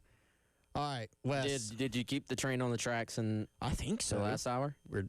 Tyler kept the show on the air, which I figured he would.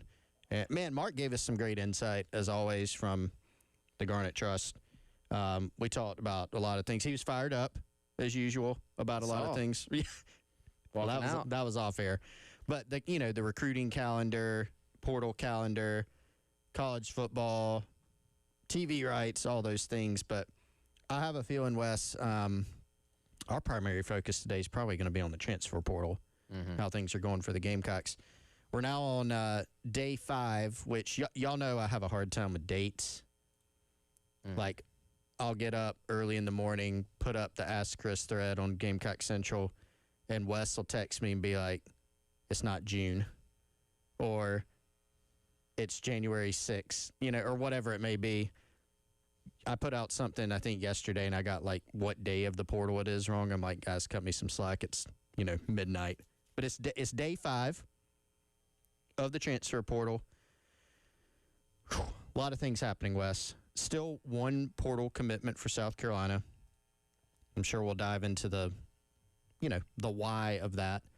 But a lot more guys that have visited and will visit. Where should we start? I want to start with a guy that I think people were very intrigued by when the name first came up, and kind of fits in that category. We were talking about this on the podcast. So some guys that are in the portal, it's like their agent is one of the guys that's putting out information, and it's all like, hey, here's 5 visits, here's 3 visits, and it's all public, and we know where they're visiting, we know who's involved. And then other guys, it's just very, very, very quiet. And so former Georgia and now former Purdue wide receiver Nitro Tuggle, the news breaks from a social media account last night. Let's see, our guy, college football, JGP, which is actually a very big Instagram account, got this from Nitro that, okay, he's visiting South Carolina. That would be today, January 6th, and he's visiting Vanderbilt January 7th, which used to not scare you if you're a Gamecock fan or surprise. You're like, okay, Vandy, whatever. Yeah. Now you're like, that's noteworthy. That's not good. Those guys since last portal cycle have decided they're going to spend too. They're going to spend some money. So they're trying to kind of remake their offense, obviously, going into next year. So 2 visits right there. Again, according to JGP Visuals for Nitro, he did share, he reshared that post, which I took as a confirmation, hey, that's happening. And a guy I think Gamecock fans are excited about, and one of these dudes where I always look, how do the opposing fans of the team a guy is leaving react to the news that they're leaving? And do you have some sour grapes sometimes? You have, of course, but when you got fans that are really ticked off about a guy leaving, generally that's a pretty good sign that the guy is a player. Purdue fans were not too happy about this loss. Yeah, not at all. And he seems like the type of guy that you want to add to this class. So Carolina comes into this cycle to back up. You want 1 to 2 receivers. You can be a little bit more picky because with what you have on the roster right now, Nick Harbor coming back, some of the promising freshmen, Mazio, et cetera, just all the returners. Yes, you've lost Brian Rowe, and you've lost Vandrevius Jacobs, Dre Jacobs, who started some games for you too. Brian Rowe showed promise, but you still have a room where you're not going. It's not like the offensive line where you're almost completely overhauling the room. Here, you can be a little bit more choosy. You can supplement. You can kind of pick your guy. You still got to go land them, obviously, but you can pick your guys a little bit more. Nitro Tuggle, I think, is a really good fit to add to this offense because, Wes, I know we were looking back at, just a lot of Kendall Briles offensive materials and some stuff he did at some clinics and going back and watching what he did at some of his previous stops. And he likes to find ways, scheme ways, get the ball in the hands of the playmakers. And every OC says that, but he, I think, practices what he preaches there. He'll take the quarterback off the field. He'll jet sweep. He'll run wide receivers or running backs in the Wildcat. Nitro Tuggle is a guy that you like to get the ball to. He's good in space. He's got some explosiveness. He can run. Just seems like a really good fit, I think. And someone that I think South Carolina, they have been linked to since it was known that he was going in the portal. Lenore Sellers put up something, that got people talking, the fans. Oh, Lenore Sellers put up something on Instagram. What does that mean? And sometimes that it means nothing. In this case, I think it was kind of a mix of, I think they know each other. Lenore's likes the idea of adding him, but there's actually some fire behind that smoke too. Yeah, and his name's Nitro, so, that has to mean something. It's a great name. Fantastic football name. So we'll see how that goes today. We'll see, does he follow through and take the Vanderbilt visit? Does he just visit South Carolina and end things there? We'll try to get word on if he made it in today as well and put that over on Gamecock Central, where hopefully you've been following along with everything going on with the portal. Very daunting to kind of keep up with. But, Chris, I feel like, what are we on today? Today is Tuesday. It is. I feel like Monday was for most of the day, it was a fairly quiet day for South Carolina publicly. But then I feel like a lot of things started to come out last night. And I think yesterday was kind of it just feels to me like yesterday was an eventful day behind the scenes in terms of some things getting the ball getting rolling on some things, I think. And you have some guys who are from the Palmetto State that, we knew, at least in the case of Xavier Chaplin, was probably going to be linked to South Carolina at some point because he's from the state and had already said, hey, I'm going in the portal, but he hadn't actually entered the portal yet. And so he says he's going in the portal. He finally got in yesterday. And then you have a guy in Quaysheed Scott who had not really said anything, but entered the portal yesterday, originally from Marion High School, is at Kentucky right now. And South Carolina very nearly flipped this kid out of high school. Kentucky, credit where it's due. Early offer, got the commitment. I remember tracking like, hey, is he going to flip? I think this one went all the way down to the Shrine Bowl, man. Like really closely at the very end. Who's he going to sign with? Sticks with Kentucky. Now he's in the portal after a couple of years, and I think before you start getting into what other schools are involved, what's the NIL picture going to be here? Just on the surface, like I would probably say South Carolina would be like my early favorite if you were just like, hey, make a guess on this guy. Mm-hmm. You know how when a guy goes in, it's like, who's the early guess? And sometimes the early guess ends up being where they go. Other times some other school pops in and it shifts. But, if you just said blindfold, where do you think Quaysheed Scott's going to end up? I'd probably go with the Gamecocks. And that's an area that has been pretty kind to South Carolina over the years. Yeah, nickel safety type. Played nickel at Kentucky.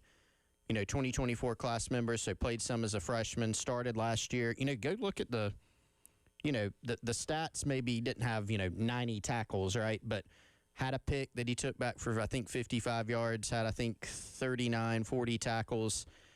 Has size. Kind of fits when you look at. And South Carolina did come in with the later offer. I think they offered that October. Pushed for the flip, didn't happen. But now, this happens sometimes. Didn't get him the first time around. Have a strong opportunity to do it this time around. In-state guy from Marion, like you said, Wes. Cousins with T.J. Sanders, former Gamecock from around that area too. So a lot of ties. And we know that, after losing Brandon Cisse and Jalen Kilgore, who, of course, both those guys could play nickel for South Carolina, you're looking for a guy like Q, which is his nickname, Quay Scott, who could come in and be able to maybe step into that role immediately. He really fits that bill. Yeah, he does. And I like the versatility. We see T. Gray take these guys that have versatility. I think you have that element here. Has played safety, like you said, has played nickel as well, and had a ton of snaps in kind of that slot corner spot. And you look at what South Carolina lost with the two guys that are going to the NFL now. You knew that they were going to have to go out and get a portal guy or two that can play nickel, that can play safety. And, I think he just fits the bill perfectly. Who, do you take a second? We'll see what that looks like. But I think you'd love, if you're South Carolina, to go ahead and, check one of these boxes and not have to worry about it anymore.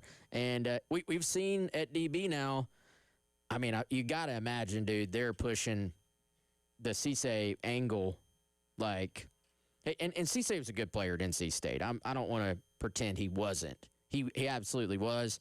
And Lane Kiffin was trying to steal him at Ole Miss, So, I think not to pretend like it was just all Torian Gray, but with Cisse, you can kind of show, all right, this guy came in, there was a goal in play here, and you were able to achieve that goal at South Carolina and add yet another name to the list of guys that Torian Gray has gotten into the NFL. So that's something that I would certainly be pushing if I'm South Carolina. All right, we're going to take a quick time out here on the Gamecock Central Takeover Hour. When we come back on the other side, bunch more portal NIL talk. We'll get it done.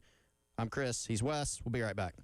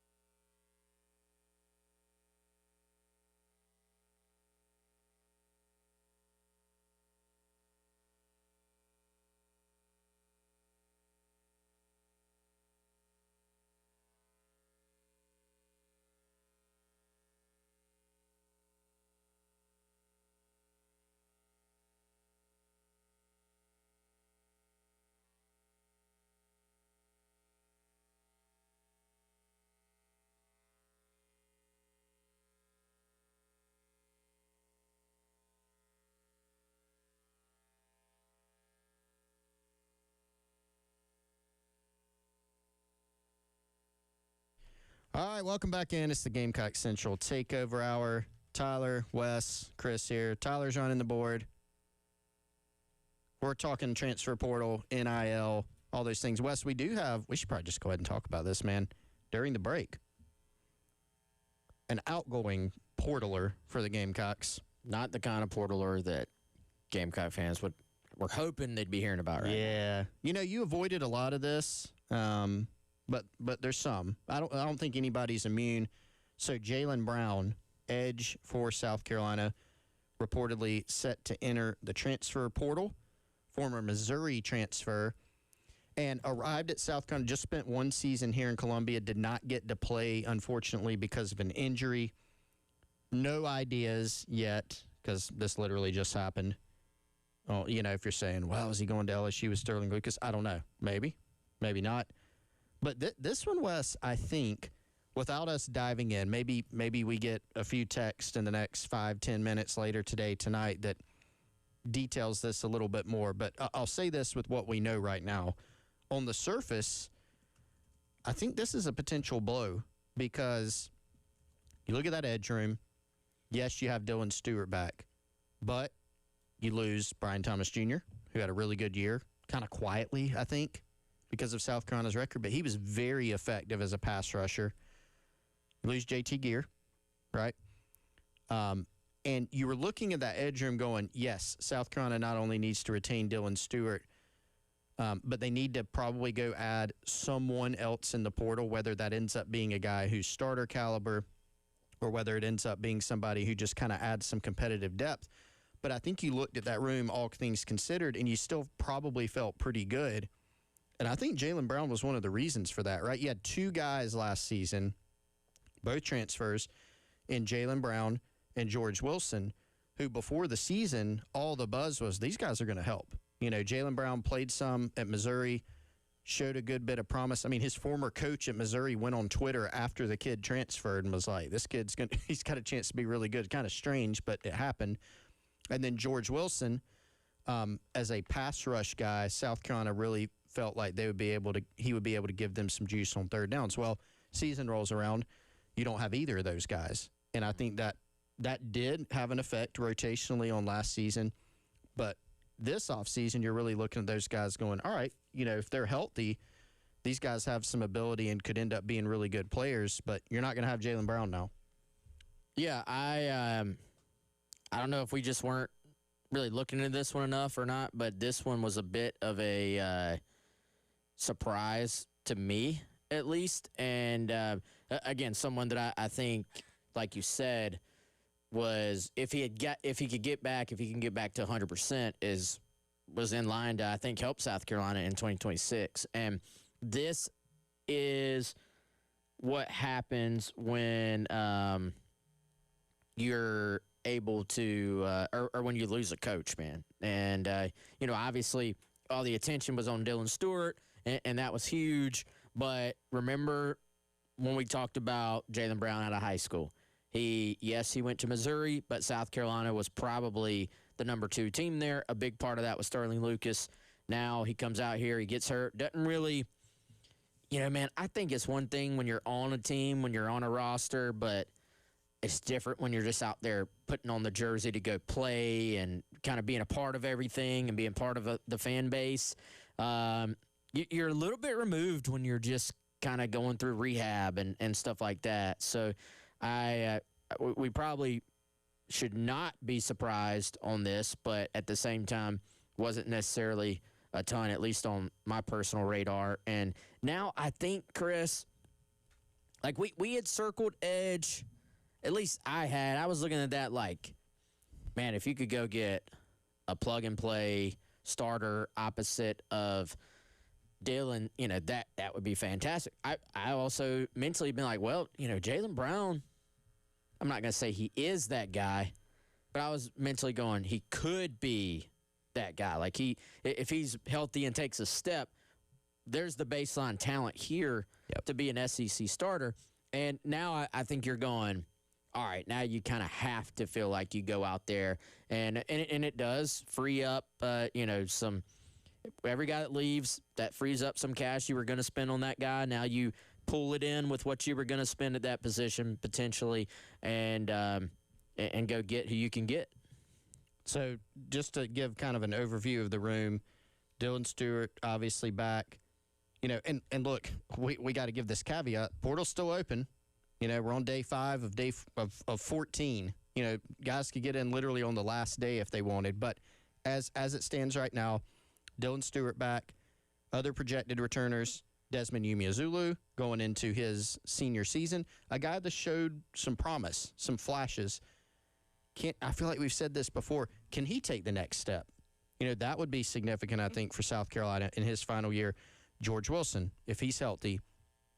I don't know if George Wilson's going to be, because he's never going to be like a 260-pound defensive end, but if he can give you some pass rush juice, if he can be similar to a Brian Thomas Jr., who is also not, he got up to, 250 before he left, right?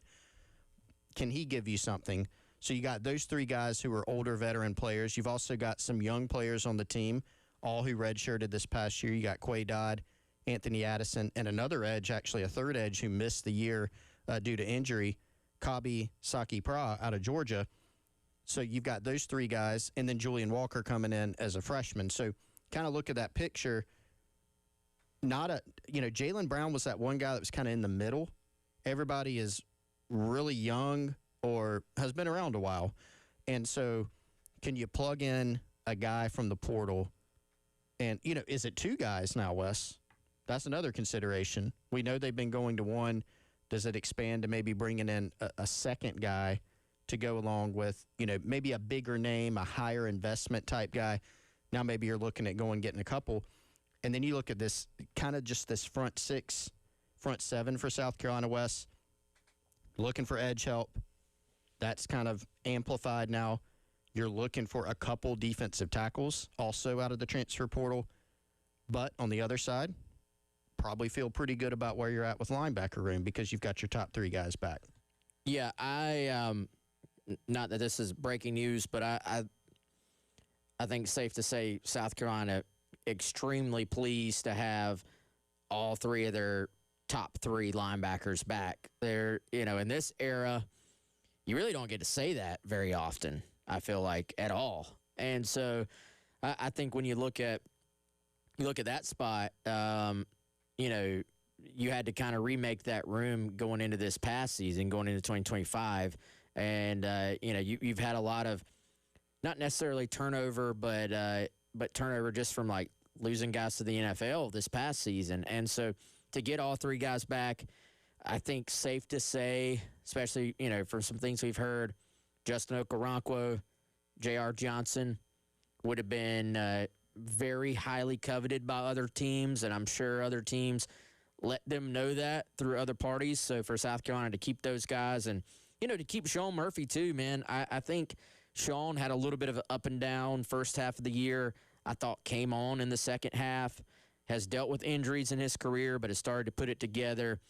We know they kind of, if they have 3 guys they trust, they really like to play 3 guys for 2 spots and kind of treat it as co-starters. And, I think that's something for South Carolina that just, I was thinking about this last night, man. You do have the bones in place for, I think, a pretty good defense next year. You look at, obviously, Dylan. Look at Gabe Brownlow-Dendy at defensive tackle. I thought Troy Pikes had a really strong finish to the season as well. Let's not forget that. Then you look at bringing back Judge Collier, Bakari Swain. You have some young guys in the secondary as well. Peyton Williams coming back at safety. And so you have the foundation there. To me, it's going to be all about what can you do to fill in the gaps.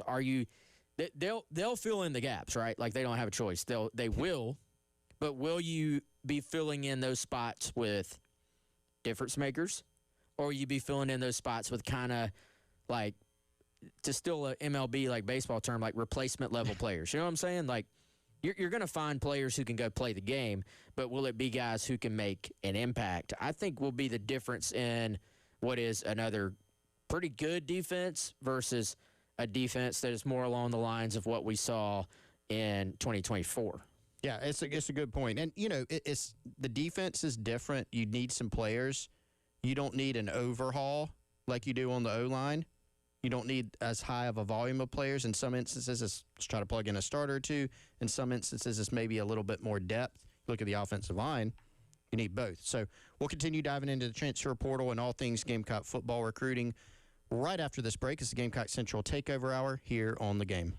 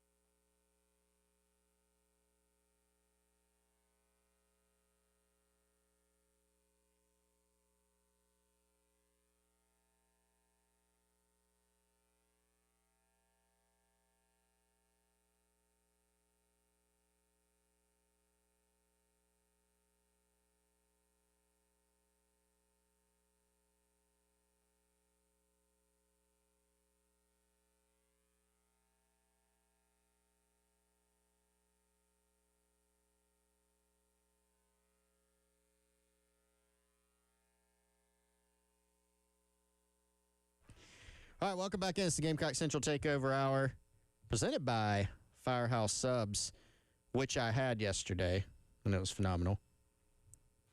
What'd you get? Went with the old classic, the Italian. That used to be my go-to back in the day from Firehouse. It was the Italian. And then just with some of the new things they were getting, and I was like, man, I need to expand my horizons a little bit and everything, just broaden a little bit. So, I mean, I've had the whole menu at this point, but I was like, I got to do a throwback. So I got the Italian. Tyler, have you got your TBR lately? No. Brisket out bacon? Yes. Okay.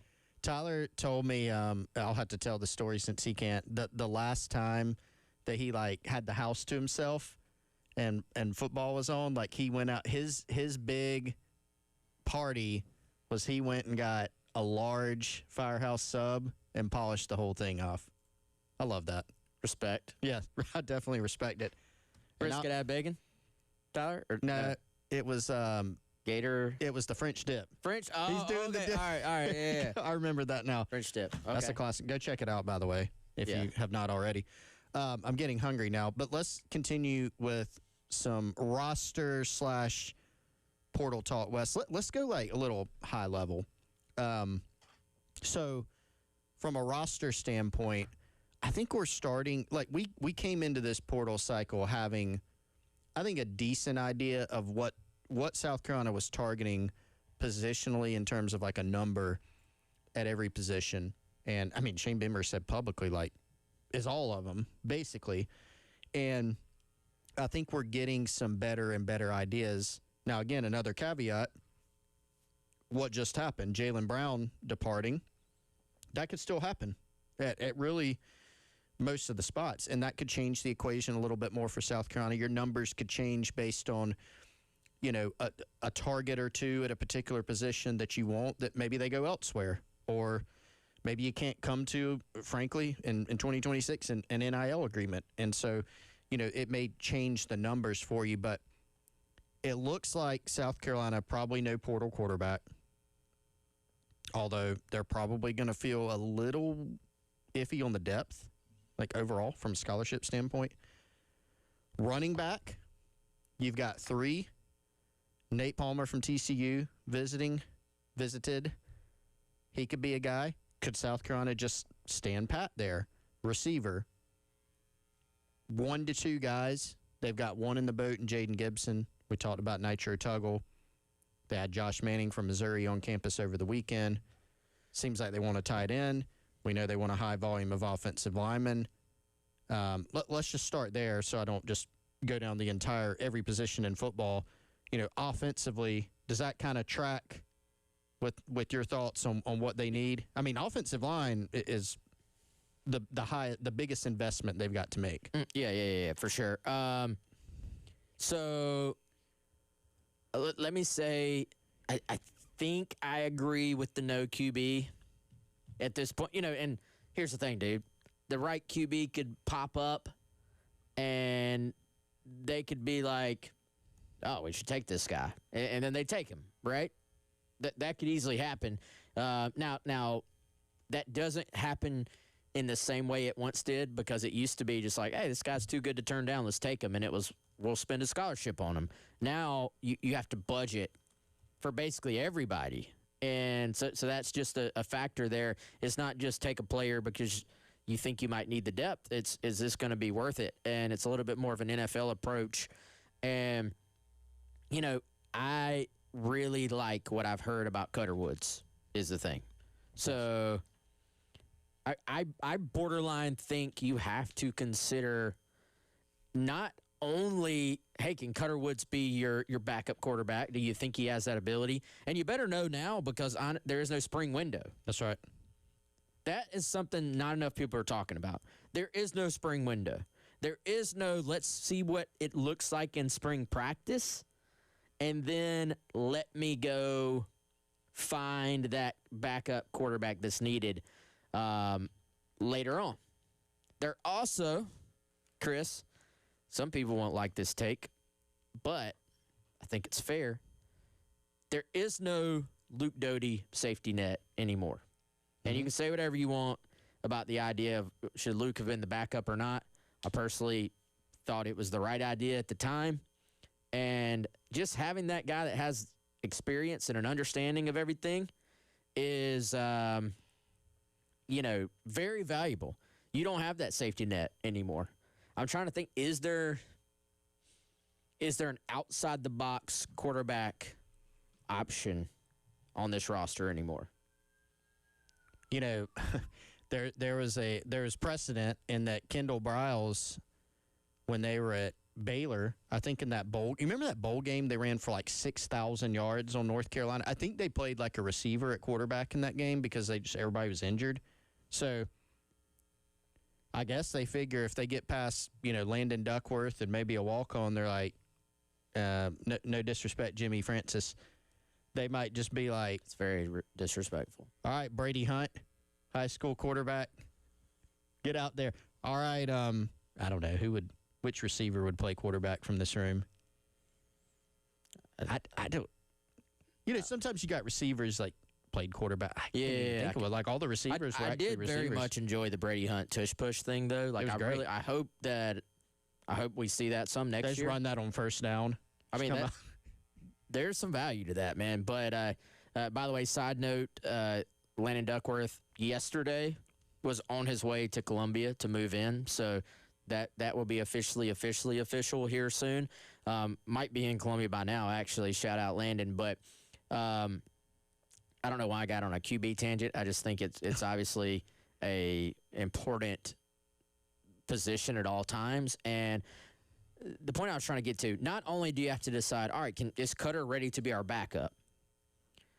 Is Cutter Woods the future of that position?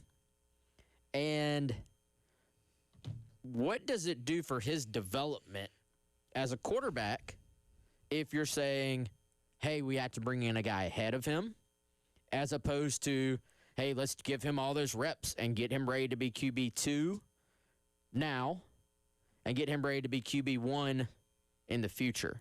So I think it does say a little bit about how they feel about Cutter, that it appears right now quarterback, we'll say it like this, quarterback does not appear to be a priority at all.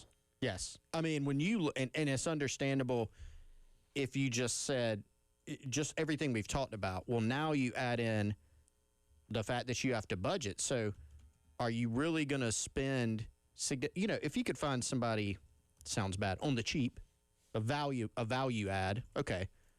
But with everything that you have to add through the portal in terms of volume and frankly what it's going to cost, it makes sense that that's not a priority in the transfer portal. So there's another one, Wes, on offense, and that's running back, that I really want to dive into on the other side. We're going to take a quick time out. I've actually got an outside-the-box thought on that. Here we go. So, All on right. the other side. We'll hear it on the other side. It's Gamecock Central Takeover Hour here on The Game. Chris, Wes, will be right back.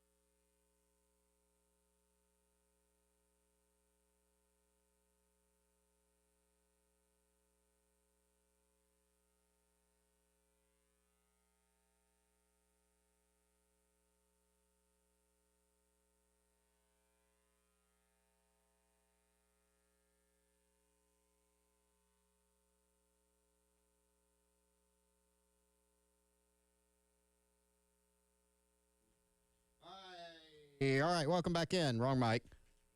Live radio. Welcome back in. Gamecock Central Takeover Hour. Chris, Wes, Tyler running things, making sure that we stay on the air. Last segment here, and continuing the portal/NIL talk here on day 5 of the transfer portal window. And Wes, want to get into one position specifically on offense because it's drawn a lot of conversation. That's running back. Of course, the running game, big topic of conversation. You've got some things that will absolutely be different going into 2026 because you got a new scheme, a new play caller, new offensive line coach. There's going to be some new personnel up front, but another, part of this is the personnel, obviously, at running back, and you're going to have some changes there too. Something Shane Beamer's talked about is that South Carolina has been short or projects to be short as of right now in terms of just numbers, scholarship numbers of that position. You got 3 scholarship backs, all projected to return. Got the portal window open. Nate Palmer from TCU is a guy that Kendall Browse is familiar with, that's visiting at South Carolina. I think it looks like they've got a good shot to add him. You said you had kind of an outside-the-box take on running back. Let's hear it. Just like a break in case of emergency type, but could actually work potentially. Okay. Do you know where my head's at? No, I don't. Jaquel Hallman. In-state kid. I like that, actually. Has been playing defensive back his first year. Played a ton on special teams last year, which is typically a pretty good sign that you've got some ability, you're doing things right, the staff is impressed with you. Played on multiple special teams units, but was a heck of a high school running back for a couple of years, and was someone, that we were told, hey, he's coming in as a linebacker. And then even after you heard that, it was kind of like, well, he's actually probably more of a safety/nickel. And then I even heard a few little things like, offensive staff might want to fight the defensive staff for, to get him on that side. And so I don't know if it was ever truly like 100% locked in when he was being recruited that he's 100% a defensive player. And that's one of those things, especially if it was one of those like bowl game situations like you're talking about, where it's just like, hey, we need a guy for a day to go out and play. I promise you that kid could go do it. Well, I mean, you look at him in high school, so the physical profile is interesting. He's a guy that was back there on kick returns with Nick Harbor, too. And when you watched him run, you go, ooh, he's got size. In high school, Blackville Hilda, he played all over the place, but played running back. Senior year, 1,500 yards, 10 yards a carry, 16 touchdowns. So filled the stat sheet there. I have a feeling that Torian Gray would not give him up easily because, he's one of those guys, like Shane Beamer's spoken highly of him. They feel like he's got a good upside. Played, like you said, Wes, a ton of special teams. But I do like that idea. And I do think that, ideally, you would like to go into the season with probably 5 scholarship running backs. 5, maybe even 6. Even if Carolina signs Nate Palmer out of the transfer portal, that's 4. Seems light. Frankly, it, maybe a little risky because that's a position where we use this anecdote all the time. I mean, Brandon Wilds was the 5th-string running back as a freshman. All of a sudden, you're starting against Tennessee on the road as a true freshman. You can get there at running back. And playing well, by the way. And playing well. And so, you knew coming into this cycle that you needed a running back. Was it going to be this huge investment into a dude? Was it going to be, a dude and kind of a depth kind of piece? How was it going to land? I would not be flabbergasted if they took just a portal running back and then tried to kind of figure it out on the other end. But here's the other part of it that maybe we forget aside from the numbers. It does seem like South Carolina feels like they have something with the guys that are already on campus. You don't have a proven bell cow back, but you don't have a group that's completely unproven either. Augustave, he's played at a few different schools. Browse is familiar with him. from Arkansas time. Jawarn Howell, Matt Fuller, like they've both shown some flashes. Now, the key would be A, staying healthy, B, taking that next step. But it does seem like the staff has some confidence that in this new scheme that they could do it and be the answer. Well, and at least with one of those guys, man, with Fuller, there were some teams trying to get him into the portal, and rumors about playoff teams trying to get him out there, and I think that speaks to his ability. We noted going into the going into the season this past year that, hey, Matt Fuller is a guy that the people in the program are saying, if it clicks, there's a ton of ability here. And we saw some of that in the second half of the season. Man, we saw some of that with Jawarn Howell as well. We saw the flashes. And so I think one thing South Carolina probably will hope to do under Stan Drayton is to have some more structure, I think is the way to say it, in that running back room. Like, I know you want competition, but I think you want to find some structure on, hey, this is our number one back. This is our number two back. This is our number three back. And we're going to be able to treat them that way on the field in terms of carries, as opposed to what ended up being you started the year with these guys, then it shifted to, well, Fuller's getting more run, but then it was, wait, Jawarn Howell is good. It was just too many moving chairs mismatch. there. Yeah. Yes. And in fairness, like, they just couldn't consistently find anything in the run game. So was that part of the proposed solution, is like cycling guys in it? But then you had like the situation that Shane Beamer was asked about after the LSU game, where Matt Fuller rips a 72-yard touchdown run, and you're sitting there with, where's that been? And then you hardly see him, And so, there's some risk to everything that you do, every move. South Carolina could go out and get the biggest name at running back in college ball, and maybe he gets here and it doesn't work out, And if you say, well, I'd take my chances on that, like, I get that. But it does seem like there's a legitimate possibility that they go get somebody else for the portal, they build some depth, they figure it out. Maybe there is a corresponding internal roster move that they make to try to help with the depth. Maybe there's a late, like, high school flyer, that you can take in the February signing period.